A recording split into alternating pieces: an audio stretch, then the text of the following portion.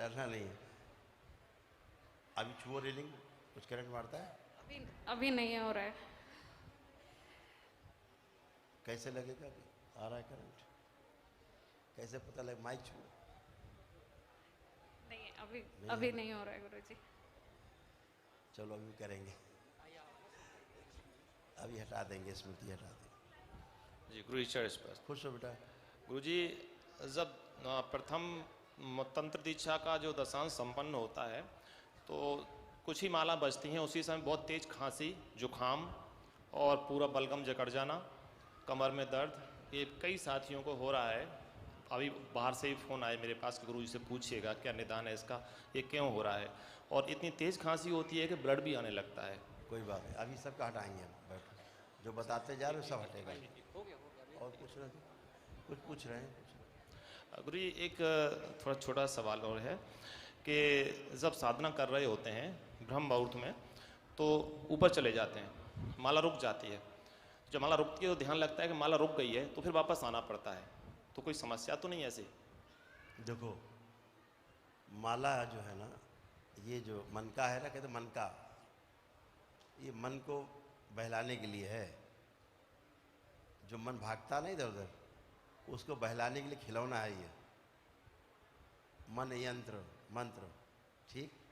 तो मन सब जगह से एक जगह आ जाता है, इसको कहते हैं मेडिटेशन अंग्रेजी भाषा में, एकाग्रता।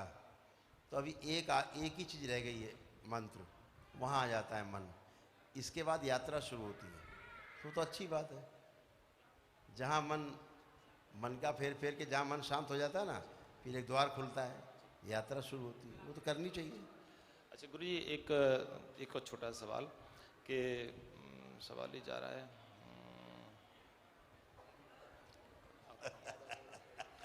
प्रणाम गुरुदेव। गुरुदेव, ये मेरा सिस्टम आवाज ही नहीं आ रही बाहर। खुश रहिए जी। आवाज ही नहीं निकली गुरुजी आज सुबह से। अच्छा, आवाज़ संकल्प में भी आए कि कराएंगे संकल्प। खुश हो। कुछ कहना है? और कुछ कहना है इसके अलावा? जब आधा घंटा बैठ जाते हैं ना, तो मेरे को सारा दोबारा एक बार रिंग वर्म हुआ था, वो दोबारा सारा सब कुछ आ जाता है। कोई बात नहीं, आइए बैठो, हम बताएंगे सबको, सबके जवाब देंगे एक एक करके। हाँ गुरुजी प्रणाम। खुश रहिए। गुरुजी, मैं महाकाली माता का मतलब सेवक हूँ, वो मेरी आराध्या हैं। लेकिन पिछले 1-1.5 साल से ये हो रहा है कि मेरा मन कृष्ण भगवान की तरफ भी रहता है। अब मेरे को ये डर है कि कहीं मैं पथ भ्रमित तो नहीं हो रहा हूँ, क्योंकि मैं चाहता हूँ मतलब माता महाकाली मेरी आराध्या संपूर्ण रूप से रहें, अंदर से बाहर से सब तरीके से। खुश हो बेटा, थैंक यू बेटा, धन्यवाद बेटा, धन्यवाद, बहुत बहुत धन्यवाद बेटा, थैंक यू बेटा, खूब खुश खुश हो बेटा, खुश रहिए। 11 साल बाद जन्मे हैं। बाबा का बहुत बड़ा प्रसाद तोहफा है मेरे जीवन में, हम ही लेके आए थे इनको। और जो हमें बाबा ने दिया, बाबा सबको दें जितने भक्त हैं, किसी की झोली खाली ना रहे। बाबा ने अंधेरे में उजाला कर दिया हमारे जीवन में। 11-12 साल बाद इनका 11 जन्म हुआ। साल बाद बाबा फूटे से आंखें खोल दी बस। खूब खुश हो। आपकी आस्था, आपका विश्वास, आपकी श्रद्धा, दरबार ने बहुत कुछ दिया है हमको, तो खुश हो बेटा, खूब खुश इतना हो। दिया, बहुत प्रसन्न ज्यादा हो, धन्यवाद। खूब प्रसन्न हो, बाबा कोई शब्द नहीं है मेरे पास आपको धन्यवाद करने के लिए। खूब खुश है। बैठ बैठ, कृपा ऐसे ही बनाए रखें। बिल्कुल बेटा, बैठ। हाँ बेटा। गुरुदेव कोटि कोटि नमन। गुरुदेव, मेरा ना जब जब करता हूँ, मेरा एक्सीडेंट हुआ था, रॉड पड़ी हुई पाँव में। बाबा माँ से माफ़ी मांग के बिस्तरे में बैठ के जब भी कर रहा हूँ, लेकिन मन में वो संतुष्टि नहीं है गुरुदेव। डॉक्टरों को दिखाया तो उन्होंने बोला हड्डी उस हिसाब से नहीं जुड़ रही है जिस पे जुड़नी चाहिए गुरुदेव। हर बल गुरु माँ से यही प्रार्थना। हड्डी जोड़ नहीं पाई? नहीं गुरुदेव।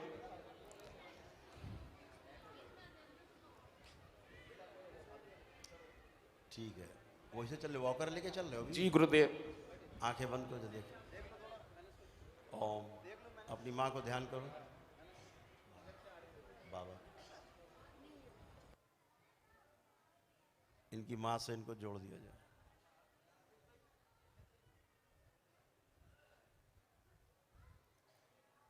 इनका जो पैर फ्रैक्चर हुआ, दोबारा से सर्जरी कर दी जाए। ओम, प्रहार, सुश्रुत।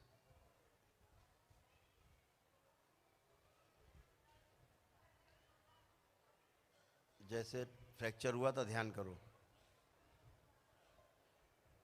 जैसे फ्रैक्चर हुआ एक एक चीज़ ध्यान करो, पिक्चराइज करो, देखो कैसे हुआ था सीन, सब नष्ट किया जाए स्मृति से।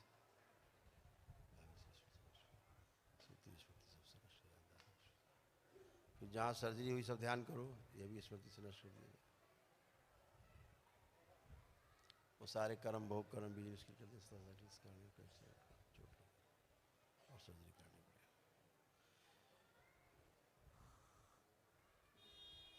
सर्जरी करके टाँके लगाएं, लेपन कर दें, बैलेंस।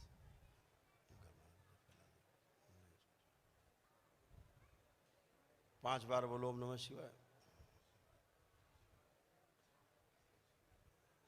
आँख खोलो, 5 बार बंधन पे हाथ मारो,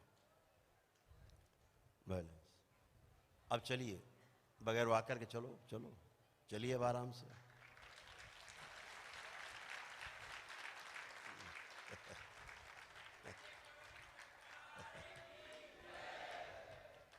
बढ़िया है, खुश रहो। खूब खुश रहिए। यही तो समझना है विश्व को। टीवी में सुनते थे गुरुदेव चमत्कार ना, लेकिन गुरुदेव आंखों के सामने गुरुदेव मैं ना, जो भी ये न्यूज चैनल वाले उल्टी सीधी चीजें दिखाते हैं ना गुरुदेव, मैं कभी नहीं देखता गुरुदेव। हम गुरु का अनादर कभी देख ही नहीं सकते गुरुदेव, लेकिन उनको यहाँ के ये तो पता चले कि सच्चाई क्या है गुरुदेव। एक सूक्ष्म जगत भी है जिसके कि गुरुदेव मतलब पर्दा उठना बाकी है गुरुदेव। सब समझ में आएगा जी गुरुदेव। हर क्या होता है, अभी पहले से ऐसी विधि नहीं है जिसको देख करके वो कंपेयर कर सके कि वहाँ भी होता था, चलो यहाँ भी हो रहा है। पहली बार हो रहा है, उन्हें विश्वास नहीं हो रहा था, बस इतनी बात है। आगे से होगा। अब ये वॉकर बंद करो, अब इसको कंधे में रख लो, कंधे में रखो अपने कंधे में ऐसे। अब चलिए ताकि लोग देख सके ऐसे।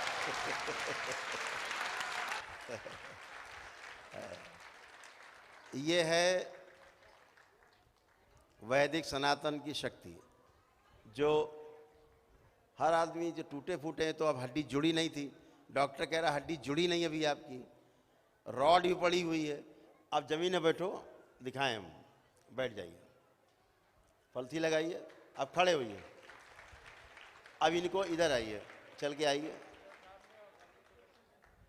अब देखो, इनको यही नहीं पता लगेगा कि कभी इनको हड्डी का ऑपरेशन हुआ है या कभी इनके कोई रॉड पड़ी है। बैठो जमीन में, बैठ गए। ऐसे बैठना हो पाता था? नहीं हो पाता था। खड़ा भी नहीं हो पाता था गुरुदेव, चेयर में बैठ भी नहीं सकता था गुरुदेव। अब खड़े होइए। अब देखो बच्चों की तरह खड़े भी हो गए, और इन्हें ये भी नहीं पता लग रहा है कि अंदर कोई रॉड पड़ी है। लग रहा है कुछ? नहीं गुरुदेव, वो भी खत्म हो गया। जी गुरुदेव। अब डॉक्टर साहब इसको फिर से चीरते जी, और चीर के कहते अभी हड्डी जुड़ी नहीं, फिर जोड़ 6 महीना इन्हें दौड़ाते। बोन ग्राफ्टिंग के लिए बोल रहे थे गुरुदेव। अब बोन ग्राफ्टिंग यहाँ से बोला एक इंजेक्शन से कुछ लेंगे, चीरेंगे और हड्डी के बीच में इंजेक्ट करेंगे, बोला। वाह, अद्भुत है जी गुरुदेव। तो इसी बात में बोलिए सदगुरुदेव भगवान की। मस्त रहिए, खुश हो। तो यही आपको, इसीलिए आपकी दीक्षा है सबकी तंत्र की, ताकि ऐसे ही आप सब कर पाओ, लोगों की मदद कर पाओ, इसीलिए तो है। अच्छा, बड़ी लंबी फौज बैठ गई प्रश्न लेके। चलो चालू रखो जब तक लोग आएंगे। गुरुजी प्रणाम। खुश हो बेटा। गुरुजी जब ध्यान करते हैं आज्ञा चक्र पे, तो बहुत तेज सर पे खिंचाव हो रहा है और गर्दन भी हिलने तुम लगी। ड्रेस कोड में नहीं हो, पहली बात, गलत बात।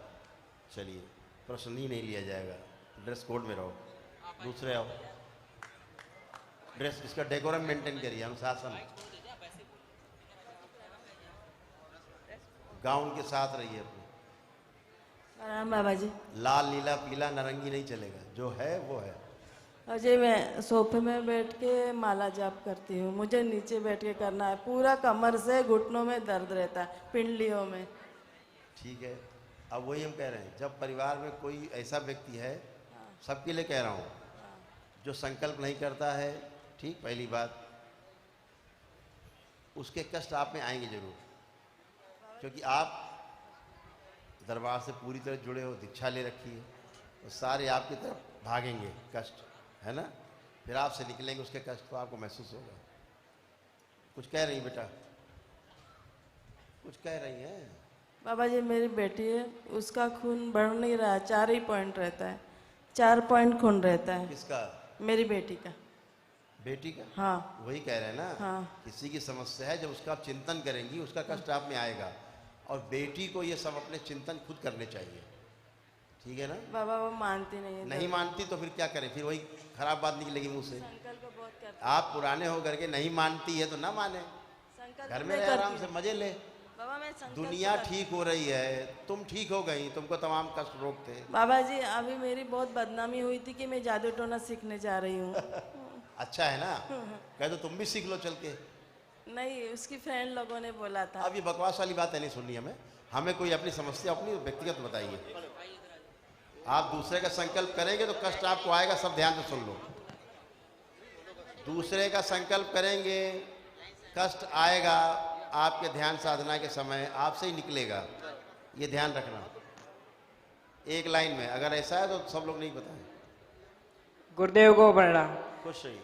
गुरुदेव, ये 7 चक्र और कुंडलिनी और 3 ही ग्रंथियों के बारे में जानकारी दे और ब्रह्मा ग्रंथि सबकी खोलने की कृपा करें। एक पुस्तक है, लिखी गई है दरबार में, समय से समाधि तक, उसको पढ़ो, सारा है डिटेल उसमें, ठीक है? खुश गुरुजी प्रणाम। खुश रहिए। गुरुजी मेरे पैर का दर्द अभी भी नहीं किया और रीढ़ की हड्डी में भी बहुत दर्द है। बैठ जाइए, अभी सबका चला जाएगा एक साथ। प्रणाम गुरु पिताजी। खुश हो। और अभी दशांश किया, उसके बाद से यहाँ से यहाँ तो बहुत दर्द हो रहा है दोनों एक पैरों बात में। देखो, सब लोग सुनो, पहले भ्रम मिटाया जाए, नहीं तो बहुत लोग बातें करते रहोगे, कुछ होगा नहीं। जब भी आप जप करते हो, आपके रोगों और कष्टों की जो स्मृतियां पीछे हैं, वो नष्ट होने के लिए एक एक करके आगे आती है, और जो स्मृति आपके आगे आएगी वो कट करके निकल जाएगी, फिर वो दोबारा नहीं होगा कष्ट। लेकिन तब तक आपको कष्ट बना रहेगा जब तक वो स्मृति रहेगी, ये एक बात है।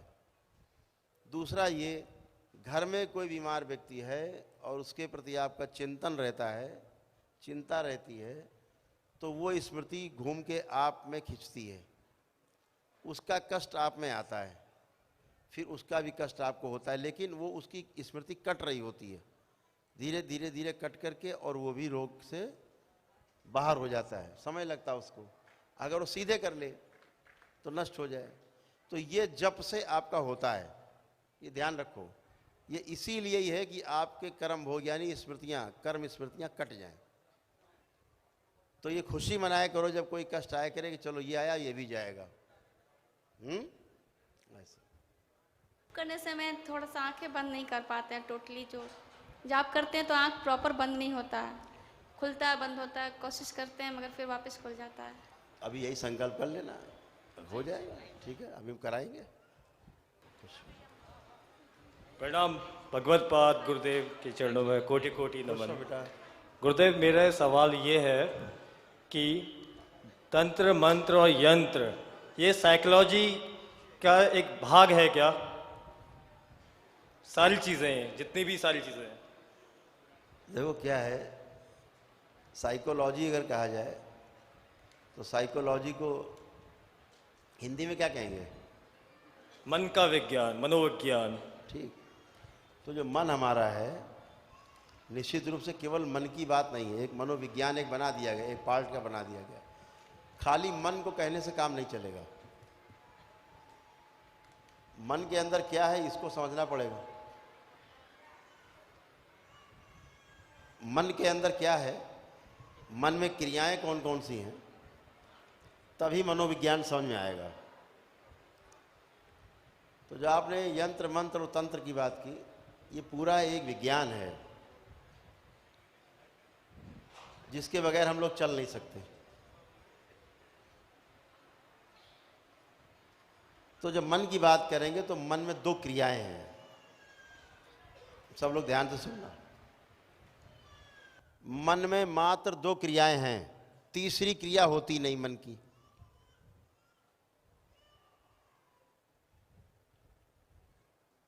अगर अंश की बात करेंगे तो 32 है, क्रियाएं 2 हैं। कौन सी क्रिया 2 है?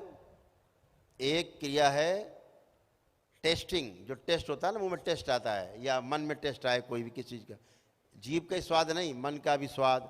कोई त्वचा आपकी छूता है, उसका स्वाद अलग है। अगर भाई आपका हाथ छुए, एक अलग आपको स्पंदन होगा। बहन छुए, माँ छुए, एक अलग स्पंदन होगा। पत्नी छुए, एक अलग स्पंदन होगा।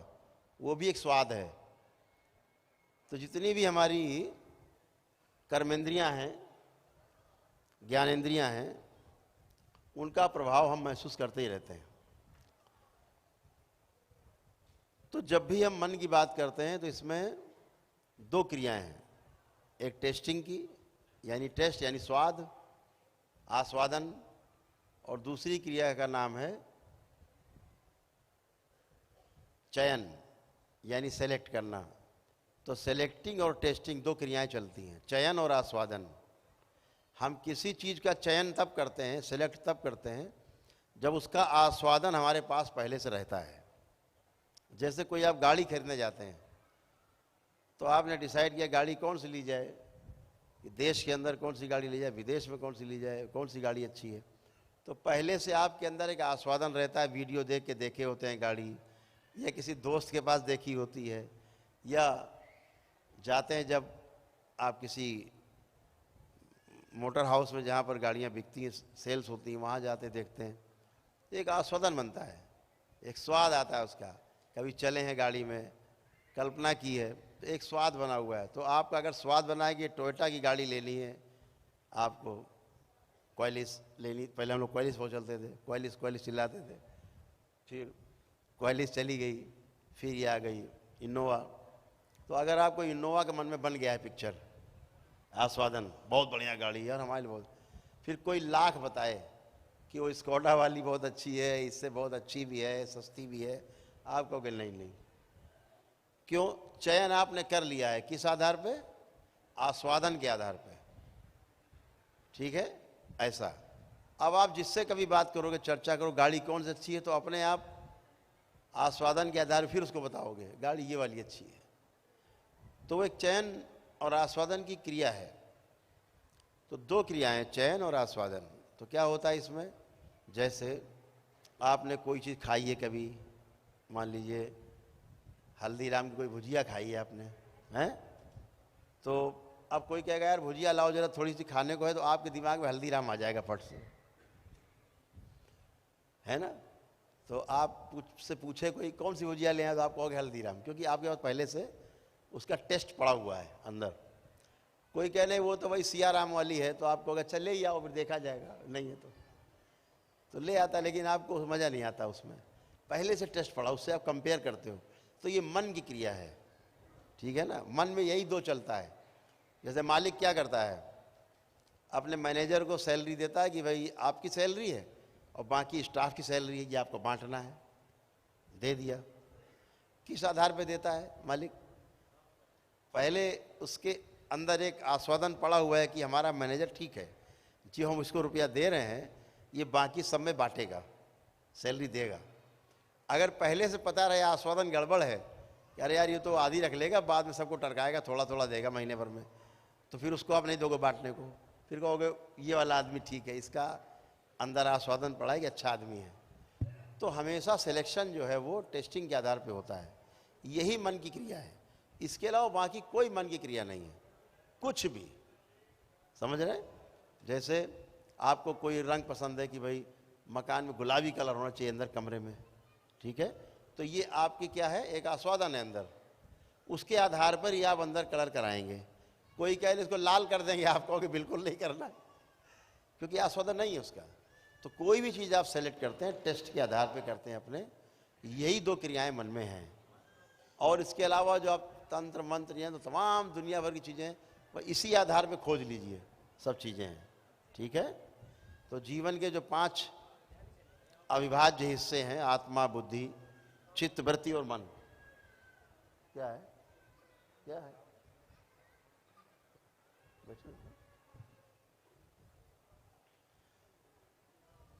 तो जो 5 अविभाज्य अंग हैं जीवन के, वो हैं आत्मा, बुद्धि, चित्त, वृत्ति और मन। ठीक है ना? तो यही 5 हैं, और 5 में 2-2 क्रियाएं हैं अलग अलग।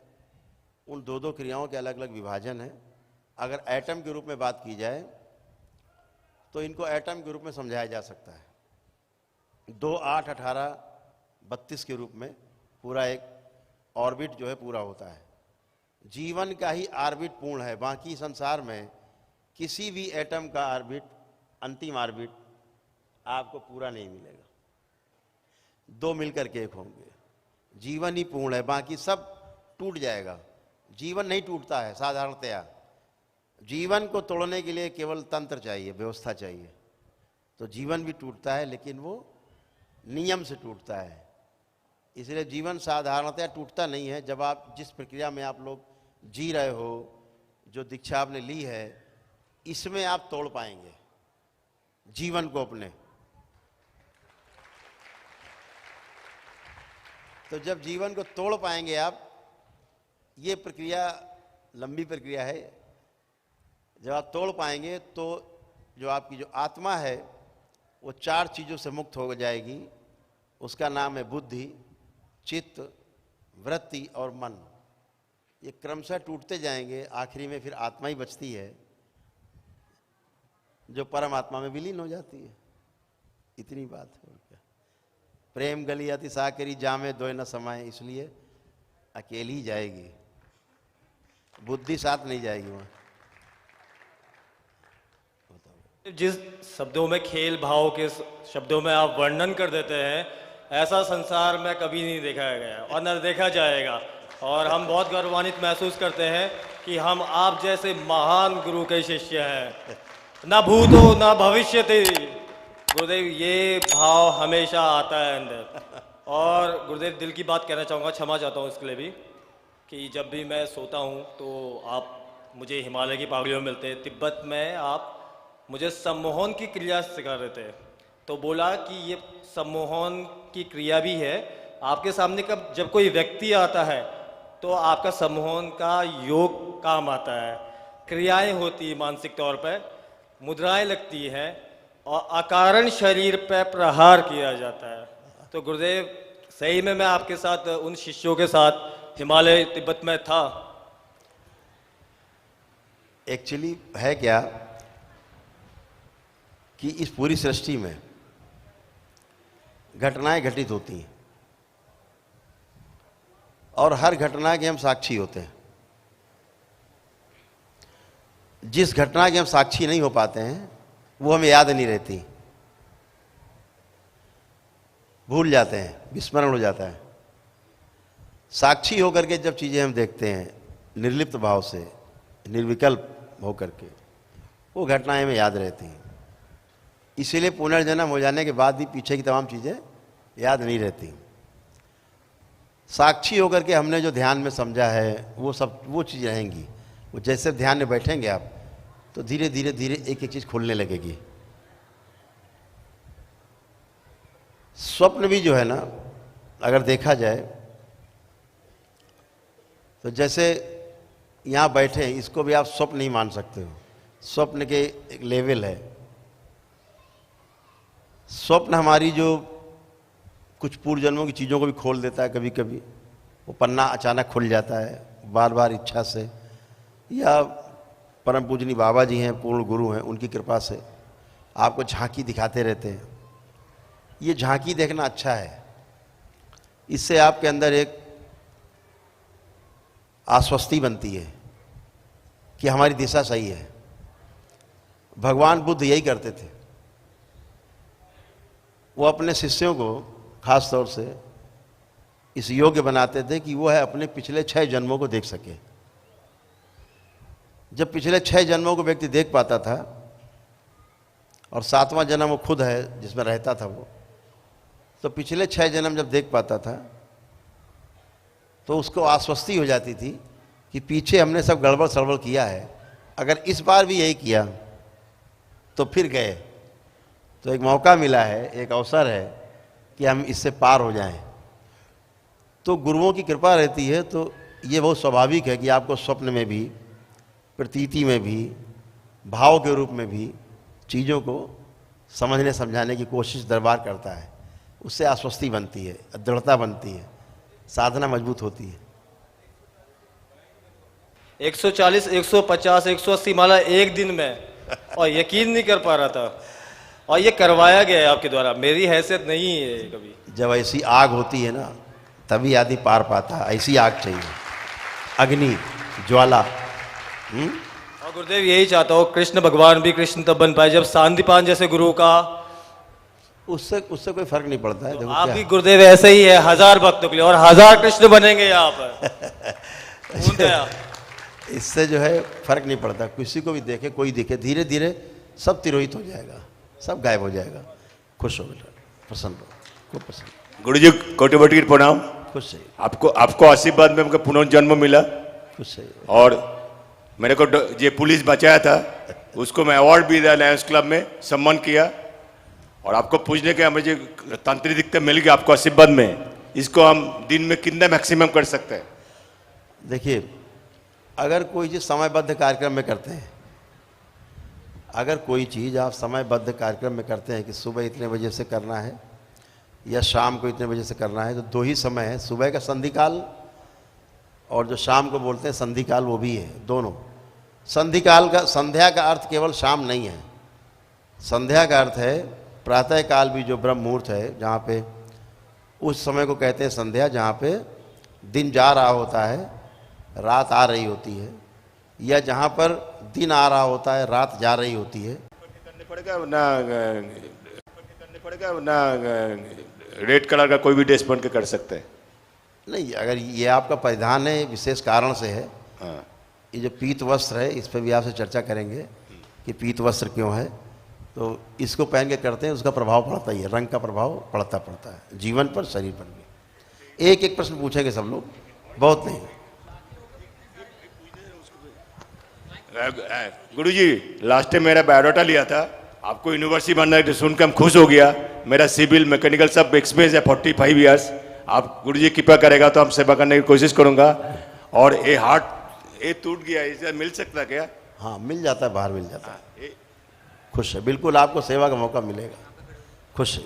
गुरुजी के चरणों में कोटि कोटि प्रणाम। खुश हो बेटा।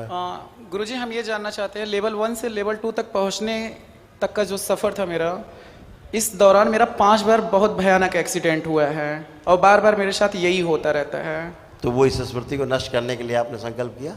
स्मृति का बहुत बार हमने संकल्प किया, और जितनी बार संकल्प करते हैं उसके 1 हफ्ते बाद भयानक एक्सीडेंट होता है। अच्छा, आंखें बंद करो, हम देखे लेते हैं। आँख खोलो। ये तुम्हारी स्मृति नहीं है, ये तुम्हारी स्मृति नहीं है, ये आयातित। कोई बात है, अभी नष्ट हो जाएगी। पिछली बार जो मेरा एक्सीडेंट हुआ था, तो आप ही ने, मतलब नाइट में एक्सीडेंट हुआ था, मॉर्निंग में आपने मुझे सही किया था। डॉक्टर बोला कि यहाँ पे पड़ेगा प्लेट, बट आपने चुटकी भर में उसे ख़त्म कर दिया और आज मैं स्वस्थ हूँ। खुश हो बेटा, अभी स्मृति में नष्ट कर देंगे खींच के, ठीक है? सिर्फ एक लास्ट क्वेश्चन। खुश हो। ये जो यंत्र मैंने रखा है घर में, अष्टमी के दिन जब मैंने उसको पूजा किया घर में, तो छोटे छोटे पाँव के निशान पूरे कमरे में पड़े। मैंने उसका फोटो भी खींच के रखा है। ठीक है, हम देखेंगे बाद में। ठीक है, बैठो। गुरुदेव, कोटि सौ दंड प्रणाम। मेरी एक समस्या है, जो ही जाप शुरू करते हैं कोई न कोई संबंधी या परिचित आते हैं और इस तरह से बीमार हो जाते हैं, मरणासन स्थिति, फिर उसको रिकवर करने में महीना 2 महीना लग जाता है। ये समस्या मेरे साथ है हमेशा। कौन बीमार हो जाता है? हम हो जाते हैं, परिवार के और लोग हो जाते हैं बीमार। देखिए, एक बात का हमेशा ध्यान रखिएगा, दूसरे का संकल्प नहीं करना है। अपने डीएनए के बाहर का संकल्प नहीं करना है। नहीं, उसकी देखिए, आप लोग क्या हुआ है पता है? एक घटना आपके साथ घटी हुई है, सबको आगाह कर देते हैं।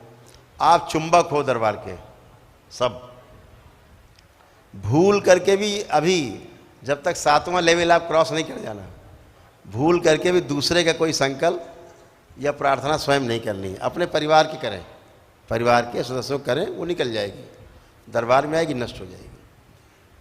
कोई बाहरी आदमी आता, वो अपने कष्टों का, आप भी दरबार की चर्चा करते हो, वो भी करता, तमाम कष्ट होते हैं ये वो, तो फिर आपको लगता है ठीक हो जाए तो दरबार की हमारी और महिमा होगी, है ना? जी वही करते हैं, लेकिन बस आपने जहाँ इतना सोचा कि जरा ठीक हो जाए तो हमारी दरबार की महिमा और बढ़ जाएगी, बस उसके कष्ट आप में प्रवेश, और आप बने उनके वाहक, तो आपके द्वारा कटते उनके भोग, तो आपको बीमार और वो अच्छे। तो अभी ऐसा नहीं करना है।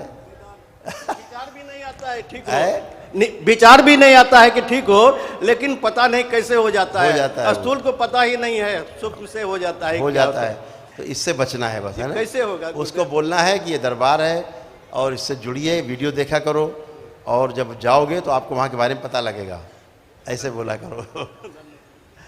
कोटि कोटि प्रणाम गुरुदेव। खुश रहो। बाबा माँ की कृपा से मुझे 2019 में मैं एक प्राइवेट जॉब में थी, पर मुझे कस्तूरबा गांधी बालिका विद्यालय में मैंने सहायक अधीक्षक के पद पे मिला। गुरुदेव वहाँ पर 150 बच्चियाँ हैं और उन बच्चियों से मेरा मन अटैच हो जाता है, तो वो मेरी साधना में मेरी आंखें नहीं बंद कर पाती हूँ। उन बच्चियों से रिलेटेड जो भी समस्या होती है वो मेरे मन में बार बार घूमती हैं जब मैं माला जाप करती हूँ। सभी के साथ रहेगा, किसी का भी खींचेगा तो बाहर बाहर ही निकल जाएगा, आप में नहीं आएगा, किसी में नहीं आएगा। अभी बनाएंगे, सबका हम समस्या यही सुन रहे हैं, इसीलिए ये समस्या आप लोग लेवल 2 में आ गए हो ना, तो काफ़ी खतरनाक मामला है, खूब खींचेगा। ठीक है, खुश। परिवार को कोटि कोटि धन्यवाद गुरुदेव। क्योंकि अभी लेवल 2 में आ गए, अभी और खोल दें। हाँ, गुरुवर के चरणों में प्रणाम। खुश सही।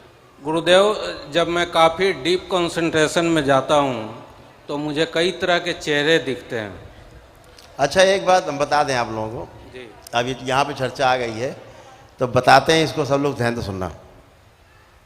आप लोग मंत्र दीक्षा पा चुके, तंत्र दीक्षा का फर्स्ट लेवल भी आप क्रॉस कर गए, तंत्र दीक्षा के सेकंड लेवल में आप लोग आ गए। तो आप लोगों को एक खुशखबरी हम दे दें कि आप लोगों की अनुभूति करने की शक्ति खुल रही है सबकी।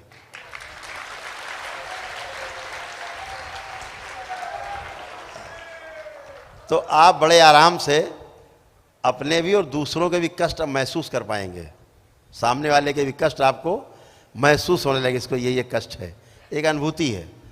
तो वो अनुभूति खुल गई है सभी की, किसी की कम किसी की ज़्यादा खुल जाएगी।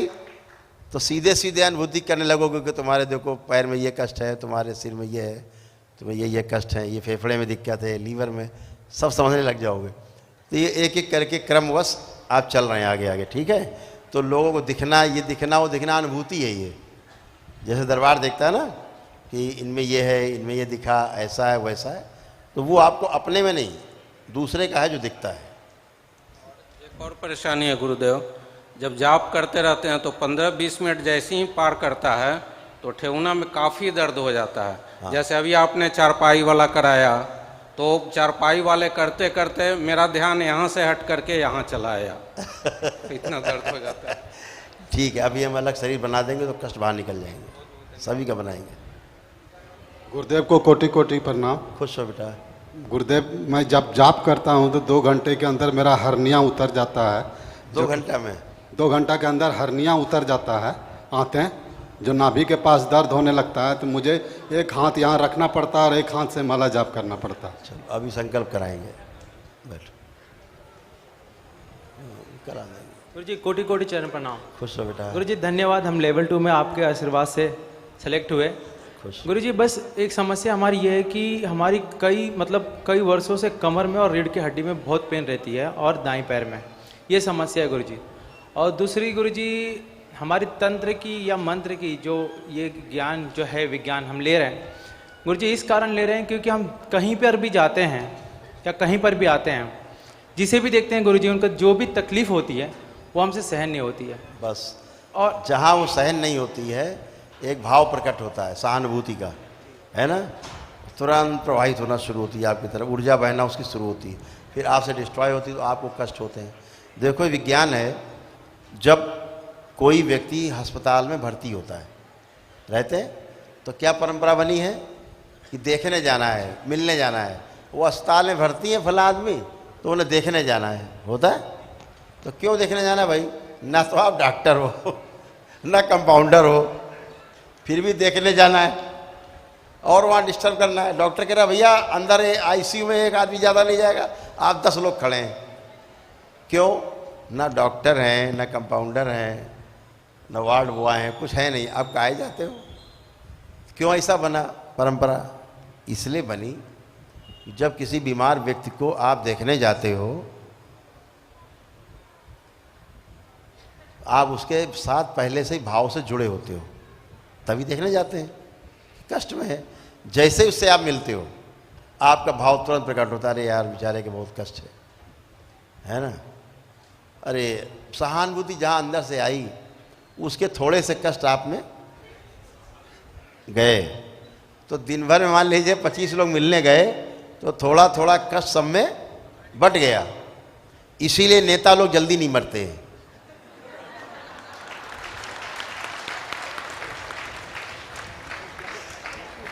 चाहने वाले बहुत होते हैं ना, तो थोड़ा थोड़ा कष्ट सब लोग ले लेते हैं और नेताजी फिर जवान खुश। तो ये एक परंपरा बनी कि जब आप किसी को देखने जाते हैं तो आपके थोड़े थोड़े कष्ट आप उसके आ जाते हैं ऑटोमेटिकली, तो बड़ी राहत महसूस करता है वो व्यक्ति जिससे लोग मिल के आते हैं। देखो ना, शाम को रात बताता है आज फलां आए थे, फलां भी, वो भी आए थे, वो भी आए थे हमसे मिलने, ये भी आए थे, बड़ा खुश रहता है। और अगर कोई ना जाए मिलने तो बहुत नाराज़ होते हैं। तो परंपरा बनी इसीलिए कि भाई मिलने जाना है, देखने जाना है। तो ऐसे ही भाव के रूप में जब आप किसी से जुड़ते हैं तो उसके कष्ट आप में ट्रेवल होते ही होते हैं, ठीक है ना। उसी समय प्रार्थना करनी है, जब भी सहानुभूति का भाव किसी भी व्यक्ति के लिए आए तो तुरंत क्या करना है, तुरंत दरबार से प्रार्थना करनी है कि बाबा इसको सद्बुद्धि दो, इनको, कि ये आपसे जुड़ पाएँ और ये स्वस्थ हों। और उससे बोलो कि ये हमारा दरबार है, ये उसके वीडियो हैं, लिंक है, देखा करो, अगर आपको समझ में आ जाए तो ज़रूर जाना। ऐसे वीडियो देखो, देखा करो, वीडियो देखते हुए अच्छे हो जाओगे। गुरुजी एक चीज़ थी कि हम ये जो मंत्र पा रहे हैं इसका उपयोग कब कर पाएंगे लोगों को भला करने के लिए? 7वां लेवल पार करने के बाद। गुरुजी एक निवेदन था, हमारे जो बच्चे थे, मतलब 1.5 साल का है, वो बीमार हुआ था, आपने चिकित्सा की तो ठीक हो गए, जो इन्फेक्शन हुआ था चेस्ट में। तो गुरुजी उनके डॉक्टर ने उन्हें दूध पीने से मना कर दिया कि गाय का दूध नहीं पिलाना है। तो गुरुजी वो बहुत दुबला हो गया, समझ में नहीं आ रहा क्या करें। हमारे एक मित्र हैं, अभी हैं वो, अब रिटायर्ड हो गए हैं, IAS ऑफिसर थे, मुस्लिम थे। तो उनको फिशुला हुआ गुदाद्वार में, तो यहाँ आए, तो तमाम चीज़ें हमने उनको बताई और कहा कि परहेज करना है। जब चिकित्सा करते थे हम शरीर की, तो मैंने कहा गाय के दूध से आपको ये लेना है औषधि। तो एक वो बनती थी लड्डू टाइप का, वो बनाया जाता था कुछ औषधियों से, वो लड्डू खाना था और गाय के दूध से, उसको अनुपान था कि गाय के दूध से ही लेना है। तो बोले अरे वो तो डॉक्टर ने मना कर रखा है, दूध तो छूना नहीं। तो हमने कहा कि कौन सा दूध? बोले नहीं, दूध को मना किया है। हमने देखो एक बात समझो, पहले तो दूध है क्या आपको ठीक से पता नहीं, और भैंस का जो दूध होता है वो दूध होता नहीं है। मान लिया दूध है क्योंकि दूध है, वो तो मनुष्य के योग्य नहीं है। बाकी दूध तो है ही, उसके बच्चों के लिए अमृत है। भैंस का बच्चा है उसके लिए तो उसकी माँ का दूध अमृत है, मनुष्य के लिए नहीं ठीक है। तो मैंने उनसे कहा कि गाय के दूध जो है असल मायने में वही दूध है, और वो भी कौन सी कैसी गाय? तो वो गाय ऐसी गाय कि जो केवल दूध या चारा दे करके, वो दूध नहीं है, ठीक है। दूध का अर्थ है ममता के भाव से उत्पन्न हुआ रस, उस वस्तु का नाम है दूध। क्या है? ममता के भाव से उत्पन्न हुआ जो रस है उसका नाम है दूध। माँ के सामने जब माँ का बच्चा खेलता है ना, किलकारी मारता छोटा बच्चा, माँ के स्तन में दूध अपने आप उतर जाता है। समझिए, देखा है? गाय को देखा है? बच्चे को चाटती चूमती है उसका दूध उसके स्तन में अपने आप आ जाता है। तो क्या हुआ, ममता के भाव से उत्पन्न हुआ रस ये दूध है। अब ये दूध दुहा जाएगा, ये अमृत है। और वो टीका लगा के, इंजेक्शन लगा के दूध है ये जहर है। तो गाय का दूध सर्वश्रेष्ठ है। तो एक और हमारे मुस्लिम मित्र थे और जयपुर में रहते हैं, चिकित्सक हैं, प्राकृतिक चिकित्सक हैं आयुर्वेद से। तो मैंने उन्हीं के सामने मोबाइल उनको फ़ोन मिलाया और स्पीकर ऑन किया। तो हमने उनसे पूछा, भाई इस्माइल भाई ज़रा ये आए हैं श्रीमान जी, इनको बताइए कि दूध पीना चाहिए कि नहीं पीना चाहिए, इनको इन्फेक्शन तमाम।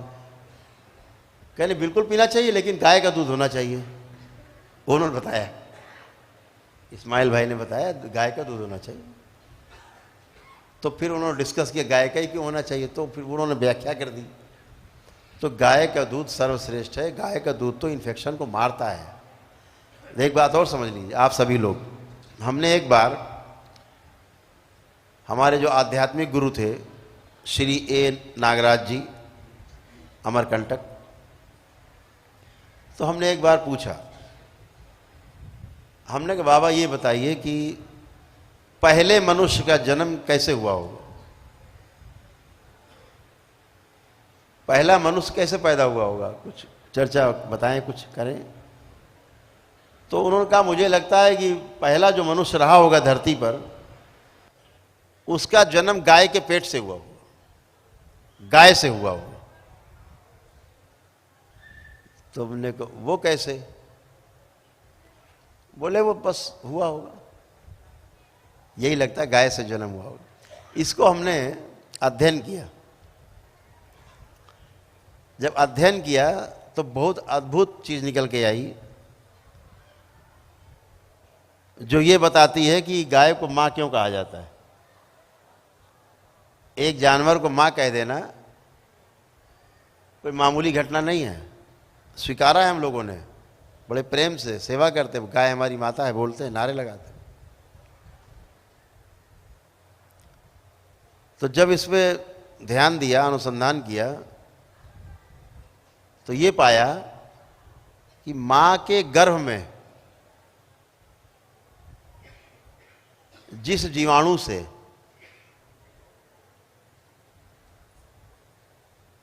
हमारा शरीर बना, अंदर पला बढ़ा पोषित हुआ, फिर मां के दुग्ध में भी जब स्तनपान करता है बच्चा, हम लोगों ने किया, वही जीवाणु हमारा पोषण फिर करता है। तो ये अद्भुत है कि वो जो जीवाणु है जो माँ के गर्भ में रहता है, स्तन में रहता है, वही जिससे हमारा शरीर पलता बढ़ता है, हम जब तक थोड़ा बड़े नहीं हो जाते तब तक उसी जीवाणु से पलते हैं। ये जीवाणु केवल और केवल हमारे देश की देशी गाय में पाया जाता है, बाकी किसी में नहीं पाया जाता।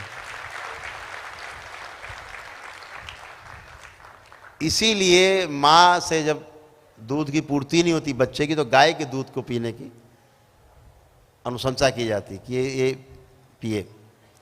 तो वो वही जीवाणु देसी गाय के दूध में है, तो वो दूध तो जो है अमृत है, समझो माँ का ही दूध है। इस लिहाज से भी गाय को माँ कहा जाता है, समझ गए। खुश रहो, पिलाओ, कोई इन्फेक्शन नहीं होगा यार, खुश रहिए। गुरुदेव भगवान के चरणों में माँ के दूध से लोग पलते हैं, मरते नहीं है, इन्फेक्शन नहीं रहता। खुश रहिए। हाँ, महादेव के चरणों में कोट कोट प्रणाम है। खुश रहिए। और बहुत बहुत धन्यवाद बाबा जी, आपने बहुत कुछ गुरु जी दिया, हम वर्णन नहीं कर सकते हैं। 7-7 जन्मों, चाहे जितने जन्म हो जाएं, तो आपका धन्यवाद हम नहीं कर सकते। गुरुदेव भगवान मेरे 4-5 महीने से इतने हाथ में झंझनाहट रहती, पहले पूरे में लगे, अब इतने से बस रहती जब ये भी चली जाएगी अभी। और गुरुदेव भगवान कुछ दीक्षा के बाद कुछ देते हैं, हमारे पास तो सब आपका दिया है, कुछ है नहीं जो हम आपको कुछ दें।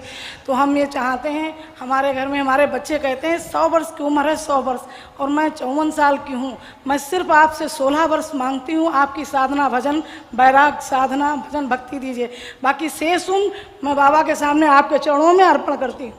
खुश रहो मेरी बेटा, सारी खुश उम्र को भी बची हुई उम्र है, 16 साल बस मुझे आप दीजिए, बाकी सब उम्र मेरी आपके चरणों में। खुश रहो बेटा। कुछ दे नहीं सकती। आप सब हम सब बाबा की शरण में हैं, है ना, तो सब पार होंगे। ये जो गाड़ी चल रही ना, एक साथ ही चल रही, सब एक ही गाड़ी में सवार हो हमारे साथ। एक साथ। ये मेरी प्रार्थना स्वीकार कीजिए, हम ज़्यादा जिंदा रहना नहीं चाहते, हम जितना चाहते हैं उतनी आपकी भक्ति, श्रद्धा, वैराग, अभी ये तीनों आपकी चीजें और मुझे- लंबी उम्र हो। नहीं गुरुजी, हमें मत दीजिए, बिस्तर पे पड़े रहेंगे, कौन पानी देगा गुरुजी, हम नहीं चाहते, हम आपको देते हैं, हमें सिर्फ 16 साल बस दीजिए जो आपकी भक्ति कर पाए, बाकी मेरी जो आपको इस दरबार की, अपने इस दरबार की शक्ति का पता है कि उम्र बढ़ती जाएगी लेकिन शरीर पर प्रभाव नहीं पड़ेगा अगर आप स्मृति पड़ जाएगी। कीजिए, ये मेरा स्वीकार कीजिए बस, जिससे हमारे- जो लोगों ने उड़ाया है उनके ये जो हमारे उम्र के, जो हमारे मित्र हैं, हमारे उम्र के जब मित्र आते हैं ना, तो ऐसा लगेगा हमारे चाचा हैं।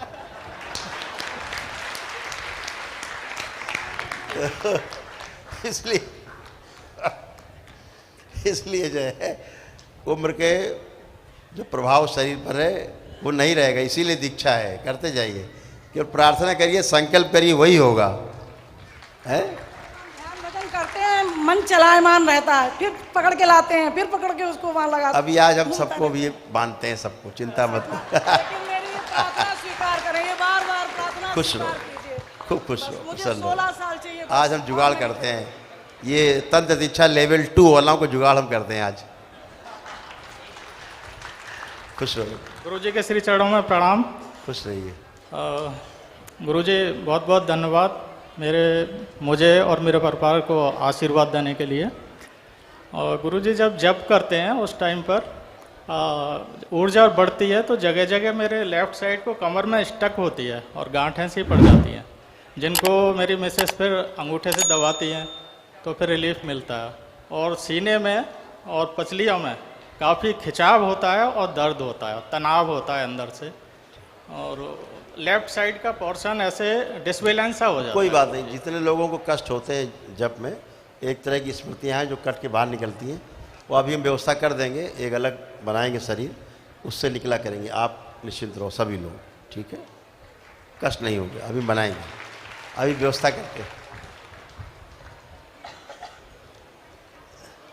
गुरुदेव आपको बहुत बहुत धन्यवाद। खुश रहो बेटा।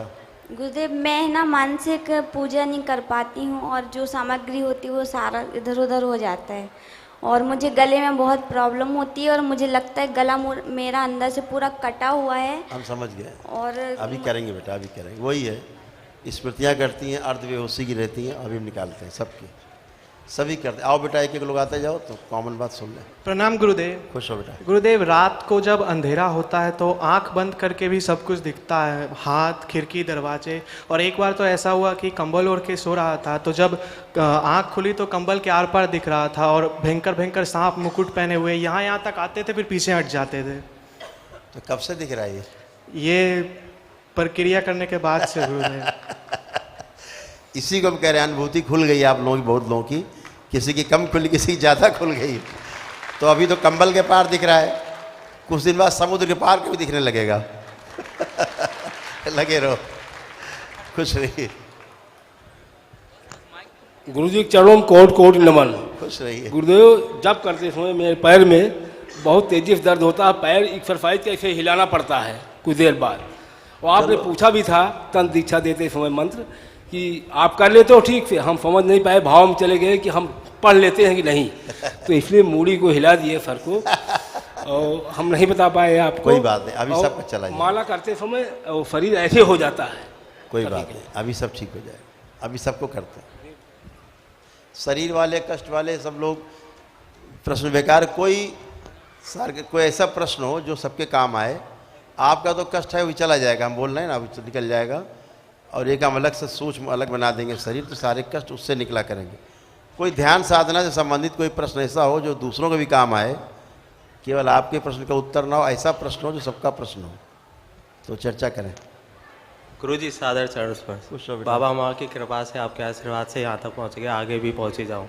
खुश हो। गुरुजी पहले आलसी था, फिर माँ आलसी हुआ, आजकल परम आलसी हो गया हूँ। बहुत अच्छे। पहले मैं नहाए बिना खाता नहीं था, आज मैं बिना खाए अगर खा लिया ना तो 2 दिन तक नहीं नहाता। पूजा कर लूंगा बट ये होता है, इतना आलसी हो गया हूँ गुरु। आज एक ही बार में 3 दिन का नहा लेते हो गए। ये बात भी सही है गुरुजी, टाइम लगता है नहाने में। कोई बात नहीं गुरुजी, जाप करते के मैंने जैसा एक गुरु भाई ने बताया था ना कि ठंड बढ़ने लगी है, पहले गर्मी बढ़ रही थी अब ठंड बढ़ रही है। 4 बार डॉक्टर के यहाँ जा चुका हूँ पिछले 1 महीने में, अभी भी खांसी है। ठीक है, अभी करते सबका करेंगे। बैठ, खुश हो। हाँ गुरुजी, गुरु भाई बहन अगर कोई बात करते तो मेरे सर में बहुत दर्द होता है, लेकिन मैं जाप करता हूँ ठीक हो जाता हूँ। और गुरुजी वो जो बता रहे थे ना गुरु भाई के पैर से बहाव सा होता है, जैसे पालकी वाला बता रहे थे, वो मेरे भी बहुत बहाव हुआ अभी, और वो मैं जब भी जाप करता हूँ या आरती करता हूँ मुझे रोजाना होता है। कोई बात नहीं, अच्छी बात है, सब कष्ट निकल जाने चाहिए, रुकने नहीं चाहिए। अभी व्यवस्था बनाएंगे कि आप लोगों को पता भी ना लगे और निकल भी जाए। गुरुदेव के चरणों में खुश रहिए, प्रसन्न रहिए। गुरुदेव, मैं दिल्ली से संजय गुर्जर। तो बाबा को लगाया जाए, ये 56 भोग है भाई, बाबा को स्वीकार कराया जाए, दिया जाए आपकी तरफ से। बहुत बहुत धन्यवाद आपको, खूब खुश रहिए, प्रसन्न रहिए। ब्राह्मण देवता हैं यहाँ पे, भोग लगवा दो। हाँ बेटा। मैं दिल्ली से संजय रमन गुर्जर। खुश हो। और दरबार का धन्यवाद करता हूँ। जब मैं 5 साल पहले दरबार में आया था, मैंने 3 महीने खाना नहीं खाया था और यहाँ जब कदम रखा था, पानी पीता था उससे पहले और बहुत बीमार था। यहाँ आने से ठीक भी हुआ हूँ और लोगों को जितनी भी विपदा है वो सब मैं देखता हूँ और आपका आभार और धन्यवाद करता हूँ दरबार का। और मेरी एक रिक्वेस्ट है गुरुदेव आपके चरणों में, मैं हिमाचल में एक भगवान भोलेनाथ का बैजनाथ मंदिर पड़ता है, वहाँ पे मेरी ज़मीन है, मैं वहाँ दरबार की स्थापना कराना चाहता हूँ, उसके लिए मुझे आज्ञा दी जाए। बहुत बहुत बढ़िया, अच्छा है, आएंगे हम उधर। कौन सा जिला पड़ता है? देविंदर भाई साहब मुझे जानते हैं। वो तो खैर जानते हैं। वो हिमाचल कांगड़ा माँ चामुंडा से आगे अच्छा पड़ता है, बैजनाथ, उसके पास। अब की बार जब हिमाचल आएंगे जरूर आएंगे, ठीक है। तमाम लोग हिमाचल के बैठे हैं यहाँ पे, सभी अपने भाइयों को बुलाऊंगा मैं वहाँ पे और आपको। बिल्कुल अवश्य आएंगे बेटा, जरूर आएंगे, बिल्कुल करेंगे हम, बिल्कुल दरबार बनेगा। सार्वजनिक है गुरु जी।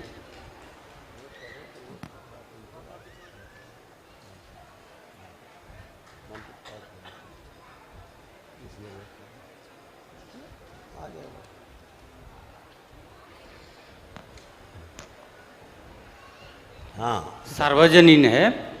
रुद्रा भी से के वानडे जो सुबह होता है उसको ऑफलाइन 1 डे पावर खुल के रखिए, तो हम दिन भर में कभी देखेंगे तो हमको उसका लाभ मिले। बिल्कुल, दरबार की आरती, दरबार का रुद्राभिषेक कभी भी आप देखो, ठीक है ना, उसका लाभ मिलता ही है।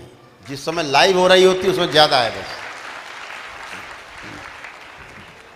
Second, power to heal and see own family. Next, 10x जाप टू डू विथ अगेरी, मतलब अगेरी में हम कुछ जाप करते हैं तो उसका काउंट 10x होने का विनती है। होता ही है। जब आप दशांश करते हो तो 11 उसी से करते हो, अन्यथा क्या था अभी तक, दशांश करने के लिए एक हवन करना पड़ता है बड़ा, वो हवन चलता है तब दशांश होता है। तो ये तो एक ऐसी प्रक्रिया बना दी गई कि आप 11 जला देते हो, हवन चल रहा है और अपना आप जाप करते हो, तो दशांश का जाप होता ही होता है।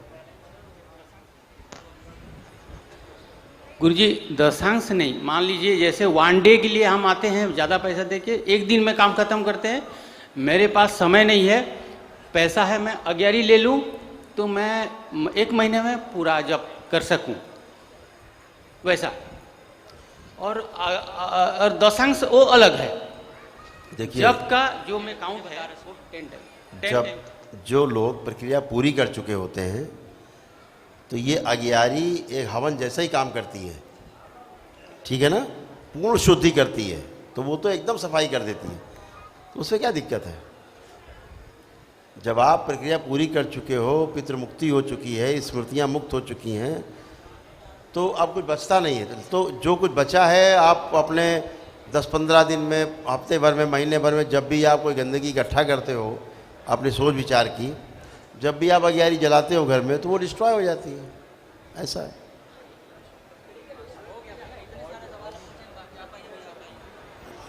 गुरु जी नमस्कार। गुरु जी आपके चरणों में कोटि कोटि प्रणाम। हाँ बेटा प्रणाम गुरु जी। खुश हो बेटा। गुरु जी जब मैं जब करता हूँ तो ये दाहिने साइड फेफड़े के अंदर ये साइड में लगता है कि कुछ और तेज़ी से ऊपर की ओर बढ़ रहा है, और कमर में इतना दर्द हो जाता है कि बैठने में काफ़ी दिक्कत होता है। एक खराब रोग है जिसका हम नाम नहीं लेंगे, उसकी स्मृति कट रही बेटा, कटने दो, निकल जाने दो ना। नमस्ते बाबा। नमस्ते। खुश रहो बेटा। बाबा सिर और गुरुद्वार में दर्द होता है, 4 महीना लेपन भी कर लिया था और 6-7 से जुड़ा हूँ। कै लोग रखे हो डीएनए में? डीएनए में 5 लोग हैं अब। कौन कौन? मैं, मेरी बीबी, 3 बच्चे, एक भतीजा और माँ। भतीजा? अब बेटी की, एक बड़ी बेटी की शादी हो गई है वो अलग। भतीजा कैसे? भतीजा है, उसको तबीयत खराब था, वो ठीक है अब, बढ़िया, बहुत फर्स्ट क्लास। बहुत बड़ा यानी खून का कमी वाला बीमारी हो गया था उसको, थैलीसीमिया जैसा। पीलिया भी नहीं छोड़ता था उसको, बिल्कुल एकदम घाव वाव सब उसका रेडी हो गया, पर मेरा तकलीफ अभी बना हुआ है। देखिए, आपने उसके माता पिता हैं? हाँ जी। उनको जोड़ा नहीं है? नहीं, वो इसी को जोड़ा हूँ। वही कह रहे हैं, जब डीएनए आप ऐसे बनाते हैं ना अपने मनमानी वाला, तो फिर ट्रेवल होता ही है कुछ ना कुछ। पहले मैं आपको बोला भी था, इसीलिए तो ये थोड़ा सा, जब उसका पूरा ठीक हो जाएगा अब खत्म हो जाएगा, क्योंकि आपने जोड़ रखा अपने साथ। जाप करने के टाइम में तकलीफ ना हो बाबा, दोनों तकलीफ होता है। जाप के समय ही होगा।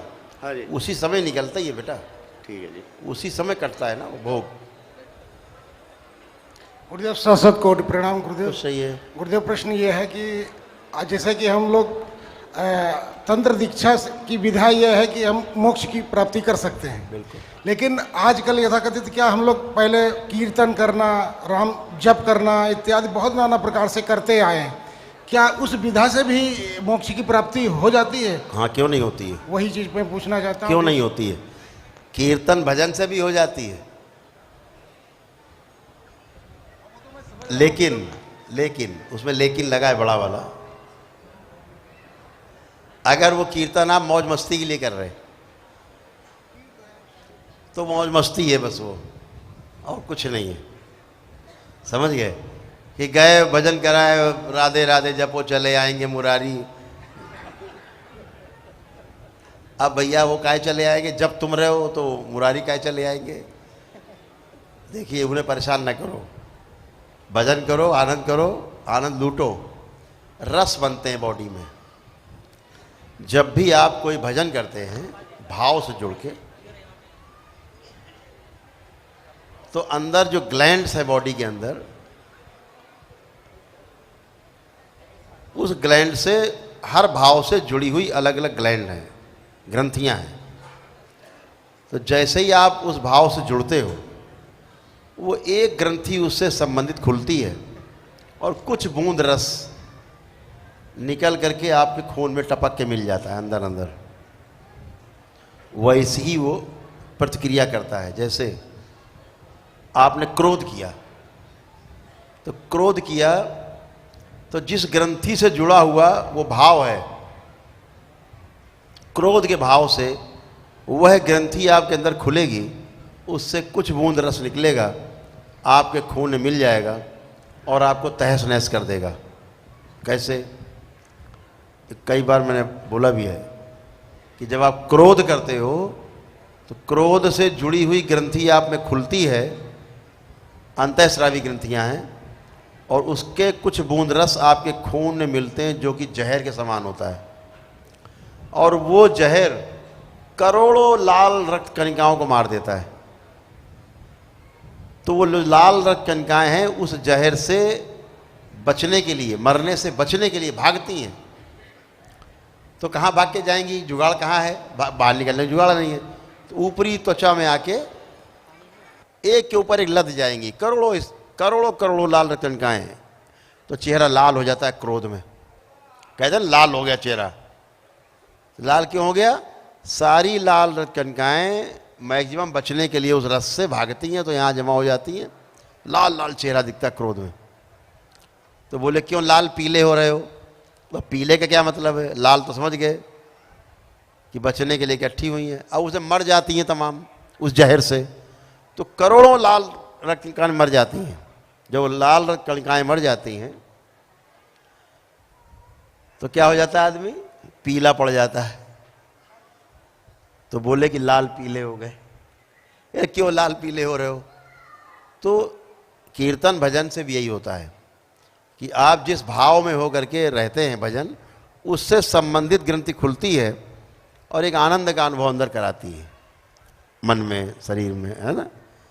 धीरे धीरे जब ज़्यादा सघन रूप हो जाता है इसका, तो रस इस तरह के ज़्यादा एकत्रित होते हैं आनंद वाले, तो फिर वही भाव उत्पन्न होते हैं वसुधैव कुटुंबकम वाले। सब एक जैसे मालूम पड़ते हैं, सब परिवार जैसे मालूम पड़ते हैं, हमारे जैसे मालूम पड़ते हैं, और हम एक सही दिशा में सही तरह से जीना शुरू करते हैं। धीरे धीरे मानव बनते हैं, मानव से देव मानव, और देव मानव से दिव्य मानव तक की यात्रा खुला हुआ है रास्ता। इसलिए भजन कीर्तन से भी मुक्ति संभव है। ठीक है, दीजिए कुछ कुचक्रधारियों को जवाब देने के लिए, कुछ ऐसा कुछ दीजिए। हम आपसे प्रार्थना करते हैं गुरु भाइयों की तरफ से जो इस तंत्र दीक्षा में आए। गुरुदेव, एक मैंने मुक्तक लिखा था, सुनिएगा। कलुषित अनैतिक भाव रूपी काई, आज यथाकथित कुछ मानवों के हृदय चुपे है छाई। एक बार कृष्ण फिर से क्यों न सुनावे गीता, सुनने वाला अर्जुन नहीं। अब ये सब सारे धृतराष्ट्र हैं भाई, इसी के लिए सब।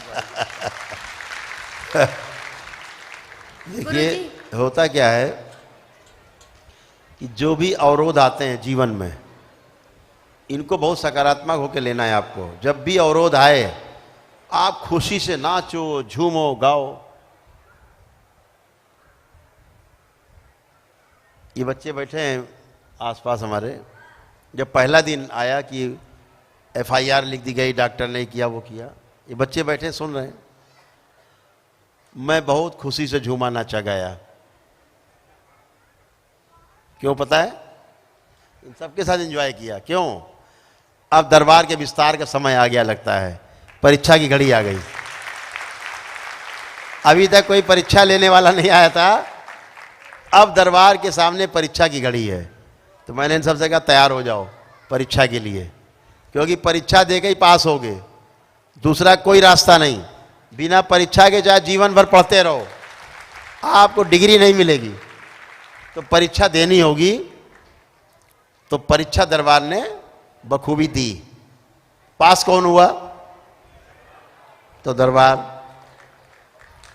तो इसलिए इनका आवश्यक है, प्रश्न आने आवश्यक हैं, संकट आने आवश्यक हैं, समस्याएं आनी आवश्यक हैं, तभी तो प्रमाण मिलेगा, तभी तो प्रमाणित होगा दरबार।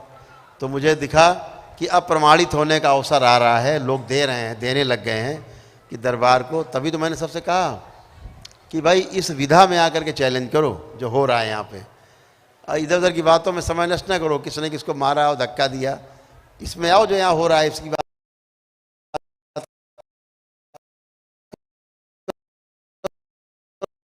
करो। देश को मीडिया को कोई इंटरेस्ट नहीं है।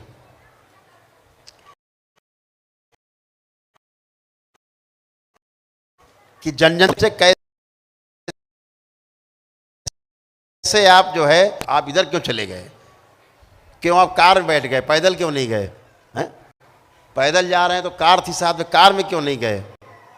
वही वाली कहानी कि एक पिता पुत्र थे, मेले में गए, उन्हें घोड़ा पसंद आ गया, तो घोड़ा लेके जब चलने लगे, तो मेले में होता है ना कि जब चलते जाओ रास्ते में कुछ लोग आ रहे होते हैं मेले में, कुछ लोग जा रहे होते हैं मेले में, आते जाते लोग रास्ते मिलते हैं। तो घोड़ा लेके जब जा रहे थे तो उनका चलो दोनों बैठ लेते हैं आराम से। तो पिता पुत्र दोनों घोड़े में बैठ गए, चले। तो रास्ते में कुछ लोगों ने कहा कितने बदमाश हैं दोनों बाप बेटे, नंबरी बदमाश हैं, एक जीव के ऊपर इसको जरा सा भी इसके वो नहीं समझ में आ रहा है, शर्म नहीं आ रही है, दया नहीं आ रही इसको, दोनों लद गए एक साथ।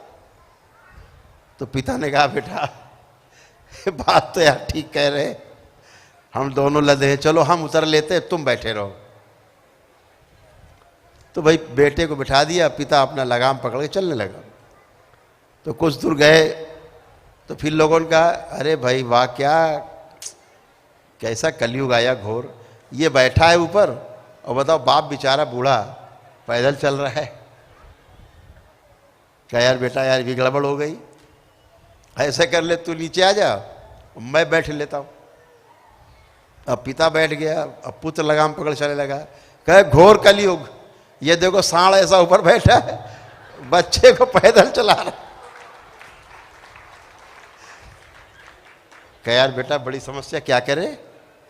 तो बोले पापा तुम भी नीचे आ जाओ। तो बाप बेटा दोनों लगाम पकड़ के चलने लगे। थोड़ी दूर गए, लोगों ने कहा है ना दोनों गंवार, घोड़ा होते हुए पैदल, घोड़ा है फिर भी दोनों पैदल जा रहे, मैं मूर्ख। पिता ने कहा ऐसा बेटा तू भी बैठ और मैं भी बैठूं, चल इनकी सबकी ऐसी की तैसी, इन्हें कहने दो। तो पिता पितृ घोड़े में अपना बैठ के चले गए, पहले ऐसे जा रहे थे। ये जमाना है, उसकी आदत है कहना, बोलना, टिप्पणी करना, इसको एक हिस्सा मान लो जीवन में। ये बोलेंगे, इनका काम है बोलना, इनका काम है आलोचना करना, इनका काम है टंगड़ी मारना, उनका काम ही विचारों का यही है। तो क्या दिक्कत है, करने दीजिए, अच्छा है, अपने काम आ रहे हैं, खुश रहिए, खुश रहिए। तो चलिए आगे का कार्यक्रम बढ़ाते हैं और फिर चर्चा बहुत होती रहेगी आपसे। तो जो लोग भी तंत्र दीक्षा लेवल 2 की जिनको टोकन मिला है वो सभी लोग बैठ जाएं। हाँ बैठ जाओ बेटा, अभी सब कर रहे हैं, सभी काम कर रहे हैं, चिंता न करो, बैठो, सब लोग बैठ जाएं। रुद्राक्ष, रुद्राक्ष ये क्या रुद्राक्ष है क्या?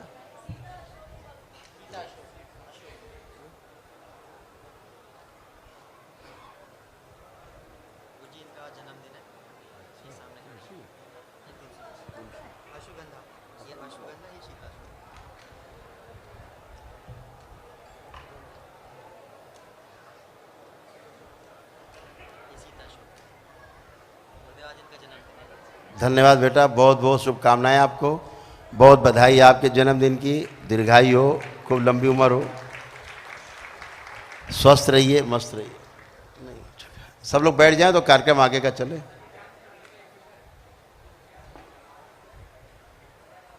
क्या टाइम हो गया? बहुत विलंब हो गया है, सब लोग बैठ जाएंगे थोड़ा सा।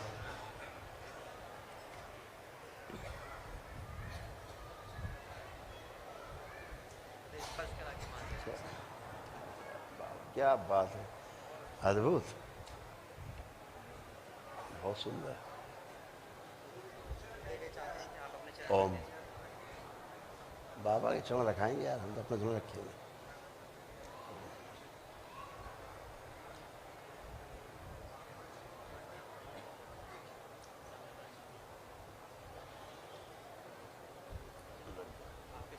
बाबा के पास रख दो, फिर दे देना।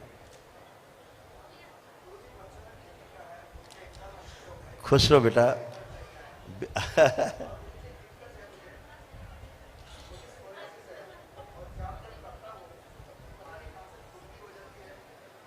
बैठो, वही करने जा रहे हैं बेटा, वही करने जा रहे हैं, वही करने जा रहे हैं। सब लोग बैठ जाएं, नेत्र बंद करेंगे।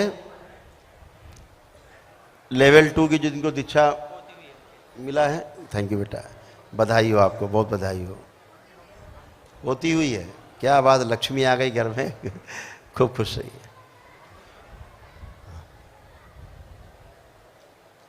नेत्र बंद।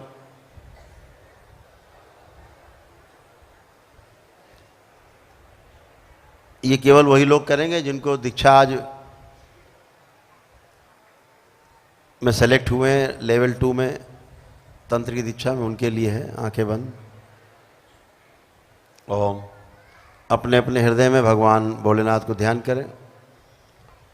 शक्ति स्वरूपा माता कामाख्या को प्रणाम करें, परम पूजनी बाबा जी को प्रणाम करें और गुरु माता जी को प्रणाम करें। बाकी लोगों को बाद में कराएंगे, पहले इनका हो जाए।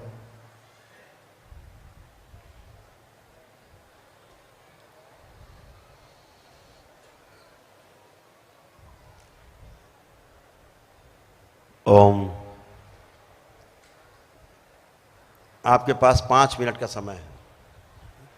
इस 5 मिनट में जो जो आपको कष्ट होते हैं वो सब ध्यान कर डालें, सब ध्यान करें। ओम माँ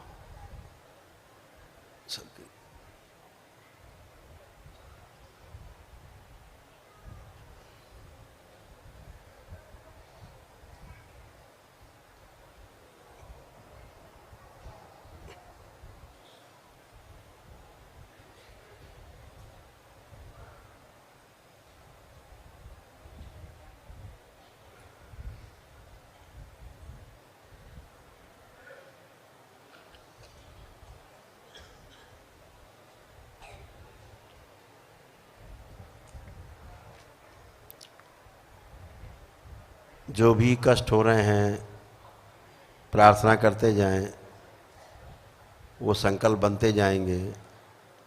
ये जो कष्ट है इनकी स्मृतियाँ नष्ट कर दी जाएं। यह स्मृति चाहे जिसकी भी हो और जो मेरे द्वारा निकलने का प्रयास कर रही हैं वो सब स्मृतियाँ नष्ट कर दी जाएं।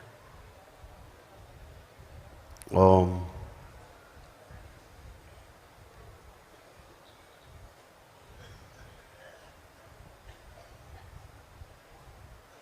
इन सभी का एक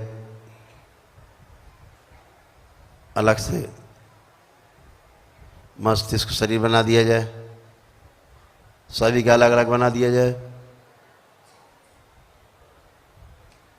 सभी के रोग और कष्ट और स्वयं के रोग और कष्ट और स्मृतियाँ इसी में जाएंगी, इसी के द्वारा कटेंगी, ताकि इनके स्वयं के शरीर को, जीवन को कोई कष्ट ना हो। ओम शिव।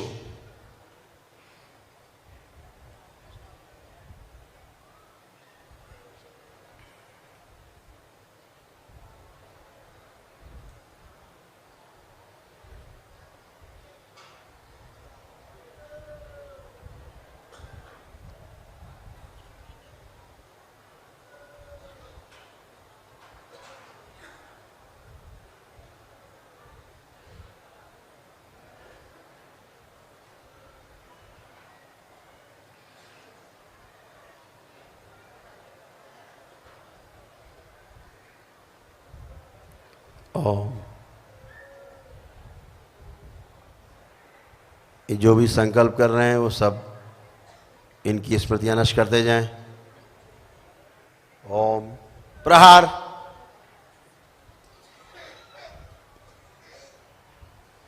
सब नष्ट करते जाएं। जो भी प्रार्थना कर रहे हैं सब इनके प्रार्थना को संकल्प में शामिल किया जाए, पूरा किया जाए।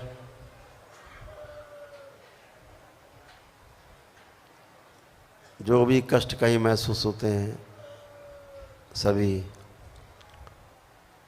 मंत्र जाप के समय, पूजा पाठ, ध्यान साधना, जप तप अनुष्ठान के समय इन्हें तंग करने वाली स्मृतियाँ और शरीर वो सब नष्ट कर दिए जाएं। शिव। सब नष्ट करके सेवकाओं को खिला दिए जाएं। सतरंगी सब खा जाएं सारी गंदगी, शेष न बचे।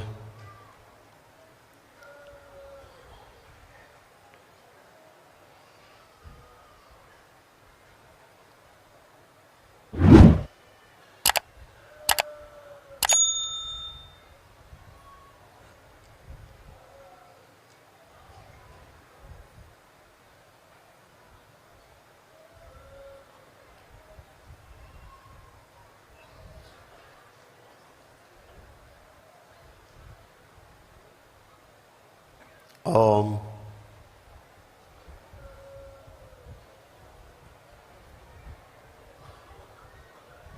शरीर के और जीवन के सभी रोग और कष्ट नष्ट कर दिए जाएं।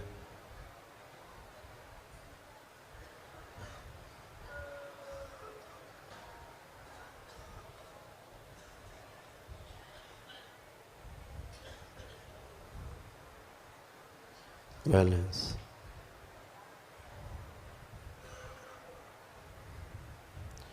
ये परिवार के दूसरों के रोग और कष्ट इनके अंदर आते हैं, उनसे उच्चाटन फैला दिया जाए। ओम शिव।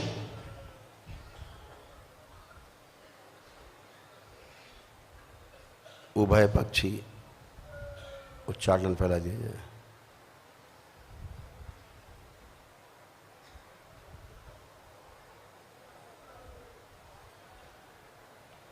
ओम।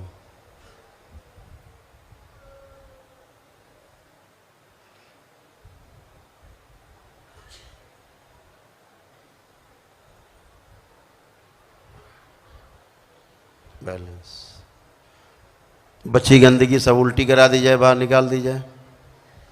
खांसी, डकार, जमुआई के रूप में, हिचकी और आंसुओं के रूप में बाहर जाती है श्वास के द्वारा, सब बाहर निकाल दी जाए। जो अंदर फंसी हुई है सब बाहर निकाली जाए एक साथ। ओम शिव। सब बाहर निकाली जाए, सारी गंदगी काली माँ और निकाली जाए।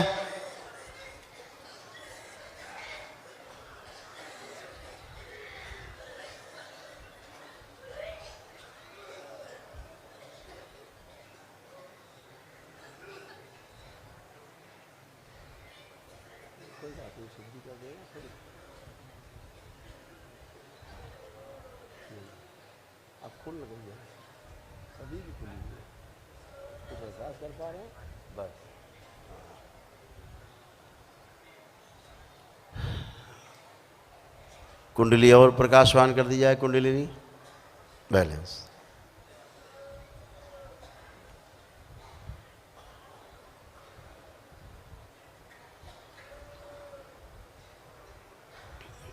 उल्टियां रोक दी जाएं। 5 बार बोले ओम नमः शिवाय। बंद कर दी जाए। रोग और कष्ट निकलने के इनके रास्ते में।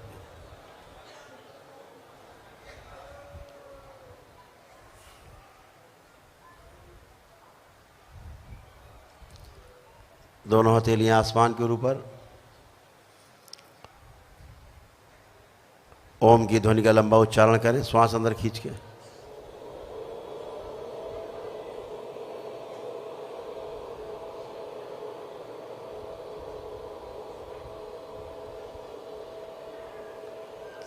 तीन बार दोहराएं।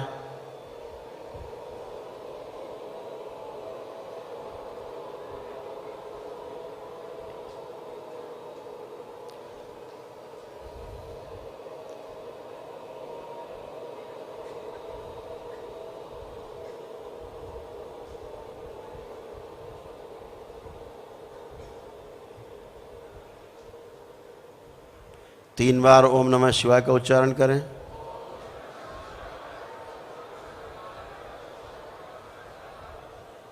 तीन बार तालियां बजाएं। हथेलियां जांघों पे रखें, 3 थपकी आपस में रगड़ें, नेत्रों पे रखें। 3 बार करके धीरे धीरे अपने अपने नेत्र खोल लेंगे। सभी लोग प्रेम से बोलिए सतगुरुदेव भगवान की।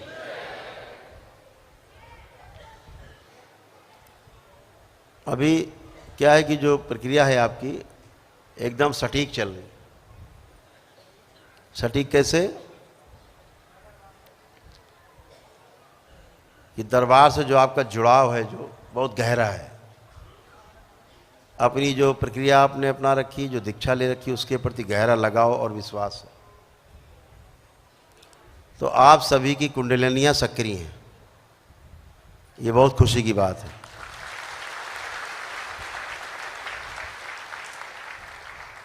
और कुंडलिनियां सक्रिय होने के कारण दूसरों के रोग और कष्ट जब भी आप भाव अंदर आते हैं कोई इस तरह के, तो तुरंत खींच के आपकी तरफ आते हैं।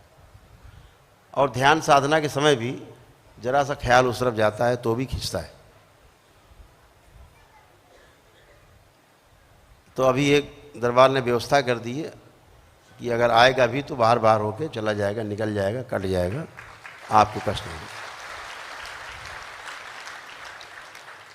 आपकी अपनी जो कोई ऐसी स्मृतियां हैं रोगी कभी किसी जन्मों की आएंगी अगर, तो वो आपको तो हल्का सा महसूस होगा कुछ हुआ, आया और चला गया, ऐसे निकल जाएगा। तो वो रोग नहीं है, उसे आपको समझना है कि हमारी अपनी स्वयं की स्मृति है, जो निकल जाए तो अच्छा रहेगा हमेशा के लिए। ठीक है, वो स्वयं की स्मृतियाँ रह जाती हैं अपने तमाम पीछे के जीवन की। हजारों जन्म लिए हम लोगों ने यहाँ बैठे हैं। तो चलिए अब सभी लोग लगभग आ गए, हमें लगता है सब लोग पहुँच गए, सब लोग आ गए। तो आप लोगों को दीक्षा देनी है, वो मंत्र मिलना है।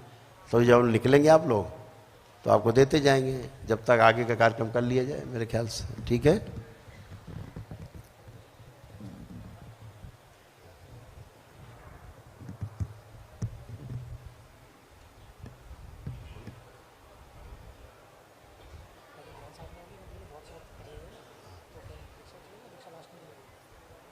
कर देंगे, हट जाएंगे। हाँ तो ऐसा ना, अभी जब सब निकलेंगे ना सब लोग तो सबको देते जाएंगे। हाँ। लड्डू मंगा लो, सब आ गए, बस सबको देते जाना है ना। एक ले आओ, एक ले आओ बेटा।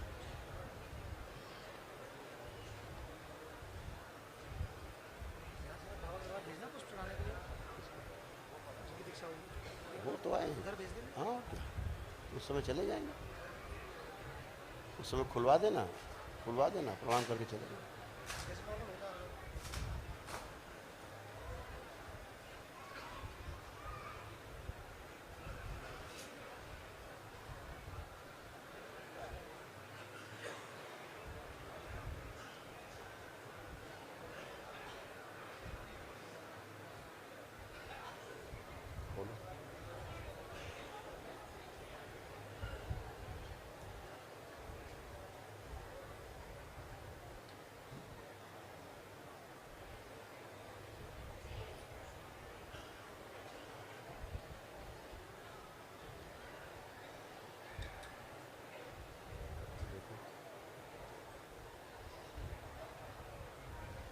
दीवार थी,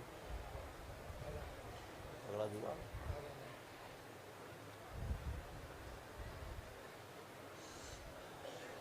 खुश हो बेटा, देखो। हाँ हाँ, गौमुखी बढ़ जाएंगे ना सब।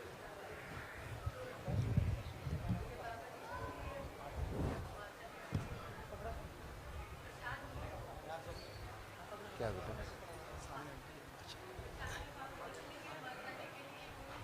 अच्छा, बहुत बहुत धन्यवाद आपको, बहुत धन्यवाद। खूब खुश रहिए, प्रसन्न रहिए, स्वस्थ रहिए। हैं अभी वही हो रहा है, बैठो, अभी कराते। खुश हो, खुश हो, सब लोग बैठ जाएं तो करा दे जरा।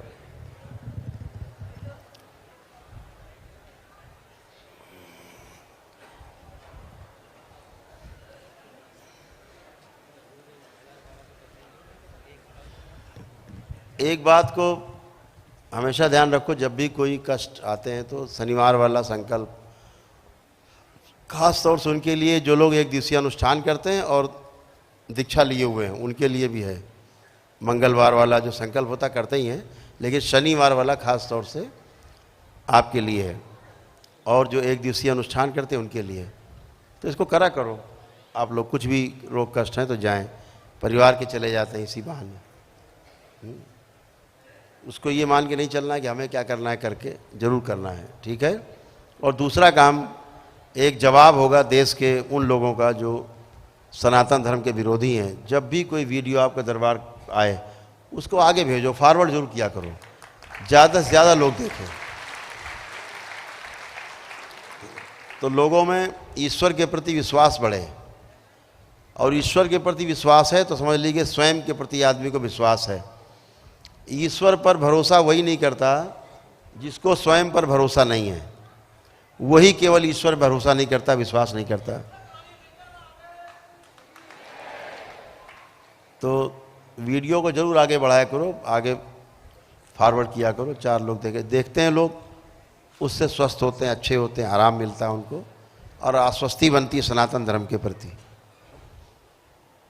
अभी तमाम हम देखते हैं कि जितने विरोधी मिलेंगे आपको तथाकथित सनातन धर्मी है, वो नाम के पैदा हो गए हिंदुओं के यहाँ, काम उनका विरोध करना है सनातन धर्म का। तो स्मृति रहती है मुल्लों की, तो काम करेंगे बेचारे, करेंगे क्या, उनके पास काम ही इतना है। खुद बीमार है, परिवार बीमार है, तो आज नहीं तो कल आपके दरबार के झंडे के नीचे तो उनको आना ही है।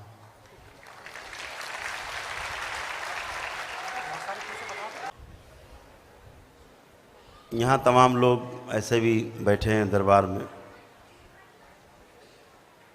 जो लोग अपने कुछ यूट्यूब चैनल चलाते हैं, कुछ फेसबुक चलाते हैं, इंस्टाग्राम भी, तमाम उनमें दरबार की वीडियो जरूर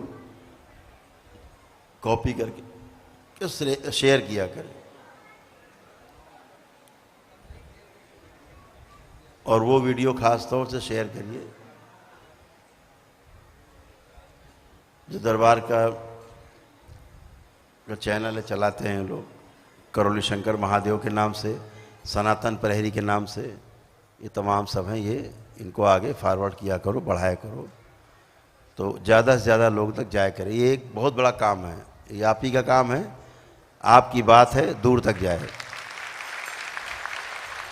इसी का ज़माना है और उसी में इनको जवाब देना है इन लोगों को, उनकी भाषा में।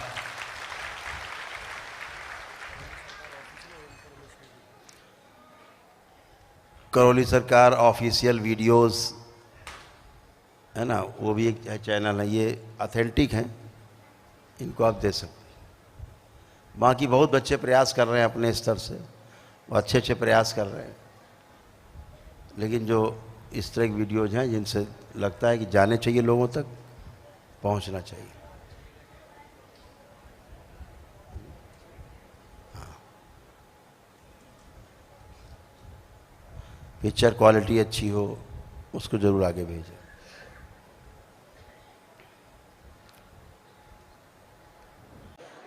एक तो सभी लोग ध्यान देंगे, माँ का महापर्व जो है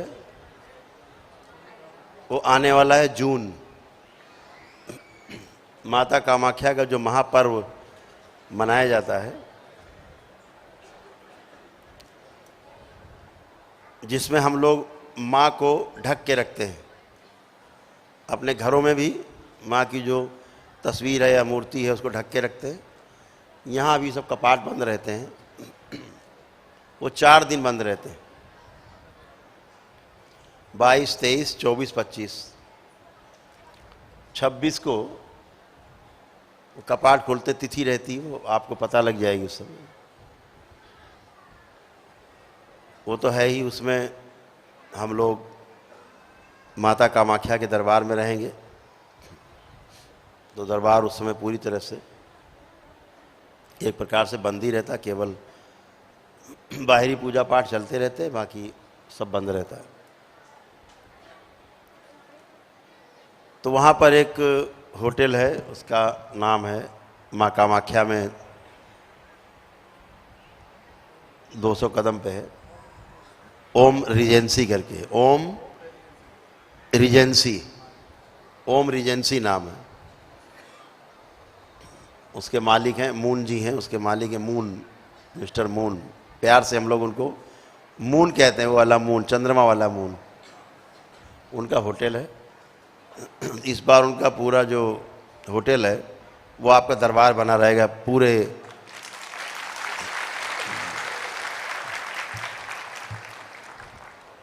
21 तारीख से लेके और 27 तक, यानी पूरे 8 दिन वो आपका दरबार बना रहेगा, पूरा होटल।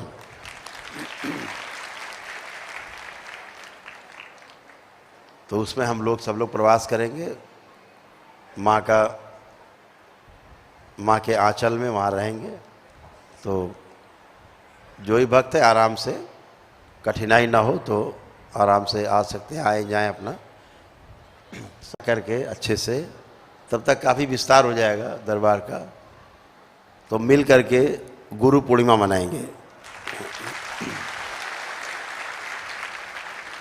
तो उसमें आप सभी आमंत्रित रहेंगे, सभी भक्त शिष्य बाबा के सब आमंत्रित रहेंगे। और ये जो पूर्णिमा है 5 दिन मनाएंगे हम लोग।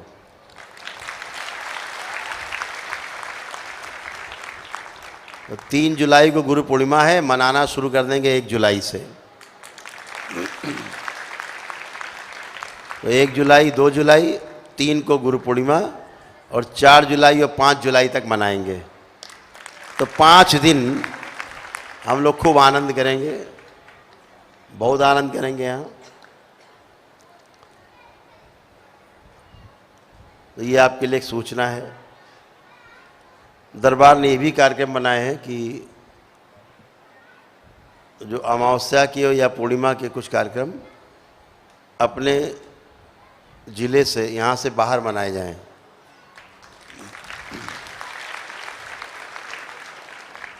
जैसे अमावस्या की तिथि है, यहाँ मनाते हैं, तो कभी किसी दूसरे ज़िले में या प्रदेश में इसको मनाया जाए, सब लोग वहाँ इकट्ठे हुआ करेंगे।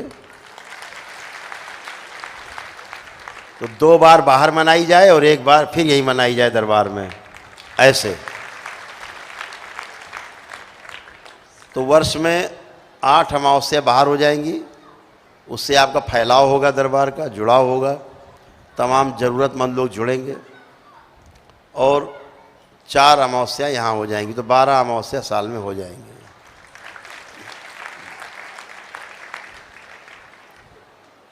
तो ये सब कार्यक्रम हम लोग लेके चलेंगे। और जो चर्चा आपसे हुई थी कि प्रार्थना सभा और संकल्प सभा जो हम लोग शुरू करने जा रहे हैं, उसकी जो पहली शुरुआत है वो ग्रेटर नोएडा से होगी। NCR में है, दिल्ली के नज़दीक है।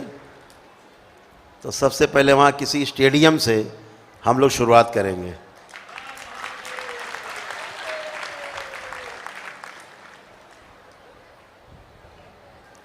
वहाँ पर लोग आएँ तो उन्हें लाभ क्या हो, इसका प्रचार प्रसार खूब ढंग से किया जाए। एक तो एडिक्शन वहाँ छुड़ाया जाए, जो लोग नशा करते हैं उनका नशा 1 दिन में छुड़ा दिया जाए, ये व्यवस्था की जाए। और कुछ न्यूरो के रोग हैं लोगों के, मानसिक रोग, वो भी कुछ हटा दिए जाएं जब दरबार आए वहाँ पे, ये जरूर किया जाएगा। तो जैसे डिप्रेशन है, सबसे बड़ी महामारी है डिप्रेशन, घर घर में घुस गई है। तो कुछ ऐसी चीज़ें रहेंगी, घोषित रहेंगी, कि जो लोग प्रार्थना में, सभा में 5 चीज़ें रहेंगी, 5 कि 5 बीमारियां ये सब की जाएंगी, जो भी आएंगे। संकल्प में भी जो अपना संकल्प करेंगे 5 समस्याओं का, और दरबार की ओर से जो घोषित रहेगा वो सब जाएंगी। वो प्रार्थना और संकल्प से चली जाएंगी। दरबार उनके लिए यहीं पर दरबार में कुछ अनुष्ठान करेगा, और कुछ अनुष्ठान वहाँ पर जहाँ पर कार्यक्रम होगा वहाँ पर 1 दिन पहले से अनुष्ठान शुरू हो जाएंगे, ताकि अगले दिन उसको सबका लाभ मिले, वो शक्ति वहाँ खर्चा हो।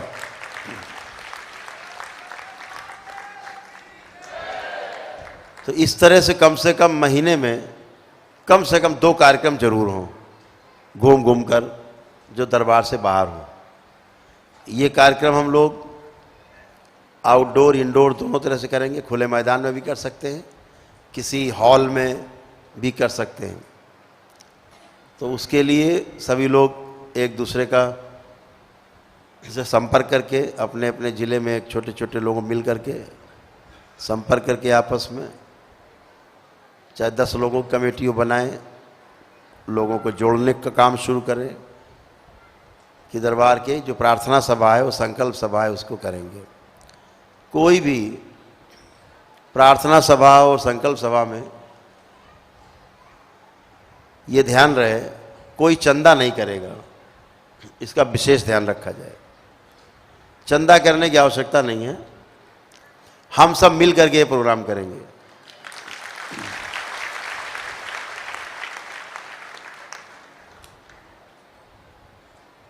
वहाँ कोई स्वेच्छा से कार्यक्रम में करना चाहे वो अलग इशू है, लेकिन अपनी ओर से किसी से कोई चंदा मांग बिल्कुल नहीं की जाएगी, न किसी को दबाव दिया जाएगा कि आप ये करें। दरबार भी आपका सक्षम है और ईश्वर कृपा से आप भी सब सक्षम हो रहे हैं धीरे धीरे, जो हम सब मिलकर करेंगे।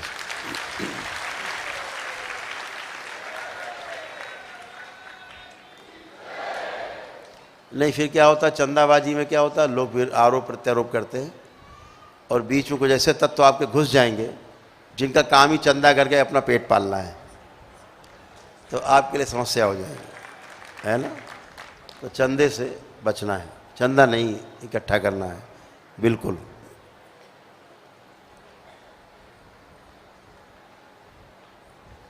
तो एक बात हो गई। दूसरा ये कि दरबार ने एक फैसला किया था, तो पुणे से सुना देते हैं, उसकी तैयारी कर रहे हैं और मुझे लगता है कि 1 माह बाद इसको शुरू कर दिया जाएगा कि जो भी हमारे बीच में बच्चे तैयार हो रहे हैं, पढ़े लिखे बच्चे हैं, जो दीक्षा प्राप्त लोग हैं, आगे बढ़ रहे हैं दीक्षा में, उनको इसमें प्राथमिकता दी जाएगी ताकि रोजी रोजगार के अवसर भी आपके पास रहेंगे और सेवा का भी अवसर रहेगा उसी में और संतुष्टि भी रहेगी।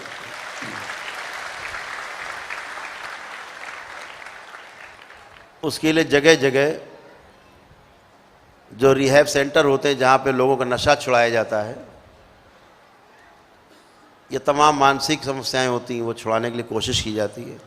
परिवार के सदस्य अपने घर के परिवार के सदस्य को ज़बरदस्ती पकड़वा करके उठवा करके मजबूरी में भेजते हैं उन सेंटर्स में, जहाँ 3 महीना 4 महीने 6 महीने रख करके उनकी कुटाई पिटाई भी होती है, मारपीट होती है, उनके साथ बुरा बर्ताव होता है नशा छुड़वाने के नाम पे। उस दबाव में, मारपीट के अभाव में, क्योंकि परिवार का कोई सदस्य वहाँ होता नहीं है तो नशा नहीं करता, उसकी जगह कुछ और टैबलेट्स दी जाती हैं कि ये खाओ, होता वो भी एक तरह का नशा है, केमिकल वो भी है, वो और जा कर के शरीर में उथल पुथल पैदा करता है और 4-6 महीने के बाद ये दावा किया जाता है कि आप दारू नहीं पिएगा, ये आप घर ले जाओ। फिर महीने 2 महीने बाद वो फिर शुरू कर देता है, क्योंकि स्मृतियाँ तो पड़ी हुई हैं, जाएगा कहाँ, वो तो पिएगा। जब तक स्मृति रहेगी शराब पीने वाली, वो दारू पीता रहेगा तो कुछ भी कर लो। बहुत लोग दावा कर देते हैं, अरे हम तो बस आए कर दिया ठीक, ऐसे नहीं ठीक होता। जब तक स्मृति नष्ट नहीं होगी तब तक नशा नहीं छूटेगा। तो इस तरह के सेंटर खोले जाएंगे, एक मॉडल बना के रखा जाएगा। देखना होगा आपको कि मॉडल जिसके पास है कि 2-4 कमरे हों जहाँ पे एक आयुर्वेद का कोई डॉक्टर बैठ सकता हो और बाकी दरबार की कुछ आयुर्वेदिक औषधियाँ होंगी, वो होंगी। तो आयुर्वेद की जो औषधियाँ होंगी सब सिद्ध होंगी बिल्कुल, और ऐसी सिद्ध औषधियाँ जैसे भभूत समझो, एकदम वैसा प्रभाव। वो औषधि सेवन करेगा, दरबार से आपके जुड़ेगा, जुड़ करके जैसे ही जुड़ेगा आपको पता ही क्या होने वाला फिर आगे, तो उसकी स्मृति सब गायब हो जाएगी। इससे आयुर्वेद का भी नाम होगा। और आयुर्वेद का जो 8वां अंग है गृह चिकित्सा, जो दरबार में होता है, अभी हमारे मीडिया के बंधुओं को पता नहीं है, ये दरबार में होता है, ये आयुर्वेद का एक हिस्सा है। आयुर्वेद यह भी एक वेद है, उपवेद माना गया है। उसमें साफ साफ है जो 8 प्रकार की चिकित्साएं हैं, उनमें यह गृह चिकित्सा के नाम से जाना जाता है, जिसमें मानसिक बीमारियों का, मन का इलाज किया जाता है। तो वो तो हो ही रहा है, तो यहाँ अष्टांग चिकित्सा हो ही रही है। तो ये एक सेंटर बनाए जाएंगे, जो बच्चे लोग, जो लोग दीक्षित लोग हैं, वही लोग इस काम को आगे बढ़ाएंगे ताकि लोग स्वस्थ हों, अच्छे हों। जिनके पास जो पैसे होते हैं नशे में उड़ा देते हैं, परिवार में उठा पटक मारपीट बहुत है। ये सब चीज़ें आपके सेंटर से आप उनको योगासन, प्राणायाम, आयुर्वेद की कुछ औषधियों से, प्रार्थना से, ध्यान साधना से ये सब उनको छुड़ा पाएंगे बड़े आराम से। और वो आराम से महीने भर का कोर्स करके सदा सदा के लिए रोगों कष्टों से जो उसके हैं नशाबाजी के सब नष्ट हो जाएंगे। तो तमाम जो बर्बाद हो रहे परिवार हैं नशे से, वो इससे बच जाएंगे। तो नशे से तमाम बुरे व्यसन हैं उनसे बचेंगे।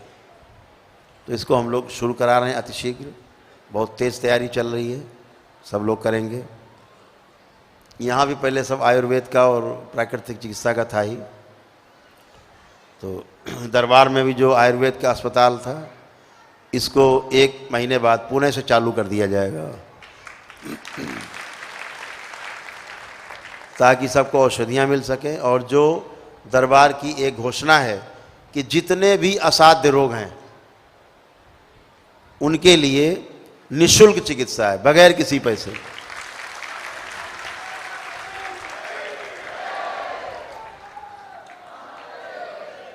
तो जिनके यहाँ ऐसे रोगी हैं उन्हें कोई भी दरबार के इस प्रकार के हवन करने की कोई आवश्यकता नहीं पड़ेगी। वो हवन हम स्वयं करेंगे अमावस्या में, उसमें केवल उनको भाग लेना है अमावस्या, और उनके रोगों और कष्टों की जो स्मृतियाँ वो नष्ट होंगी और उनको उसी से आराम मिलेगा। ये शुरुआत हो जाएगी अगली अमावस्या से। बाकी जो दरबार के हवन होते हैं, दरबार के जो प्रक्रिया पालन करते हैं, पूरी लिस्ट बनाई गई है। करीब 300 प्रकार के कष्ट हैं जो आपके दरबार के हवन करने से चले जाते हैं। वो हम लिस्ट जारी करेंगे, इसी महीने जारी हो जाएगी लिस्ट, पूरी लिस्ट रहेगी। एक हम वीडियो भी जारी करेंगे अपनी तरफ से कि वो कौन कौन से 300 प्रकार के कष्ट हैं जो दरबार के वैदिक प्रक्रिया का पालन करने से नष्ट हो जाते हैं, समाप्त हो जाते हैं। वो सब रहेगा ताकि आप बड़े गर्व से कह सको कि हमारे दरबार में 300 प्रकार के रोग हैं जो गायब हो जाते हैं, कष्ट केवल वैदिक प्रक्रिया का पालन करके। वो चाहे 1 दिन में करे आदमी तो गायब हो जाएंगे, खत्म हो जाएंगे, चाहे नौहन की प्रक्रिया करके आए तो भी समाप्त हो जाएंगे, चाहे वो नमन करके आ रहा है तो भी समाप्त हो जाएंगे। जिसकी जैसी क्षमता, जिसको जैसा समझ में आएगा, अपने विवेक से निर्णय लेगा और स्वस्थ होंगे। वो लिस्ट बहुत जल्दी हम अभी 4-5 दिन में जारी कर देंगे। तैयार हो गई है, हो चुकी है तैयार, कुछ संशोधन कर देते हैं, वो रहेगी। जब भी कोई दरबार इस तरह बनता है सनातन धर्म की ताकत को दिखाने के लिए, सदा से विरोध होता आया है और होता रहेगा। हमेशा ध्यान रखो, खराब आदमी का ही विरोध नहीं होता, विरोध अगर सबसे ज़्यादा होता है तो अच्छी चीज़ का विरोध होता है।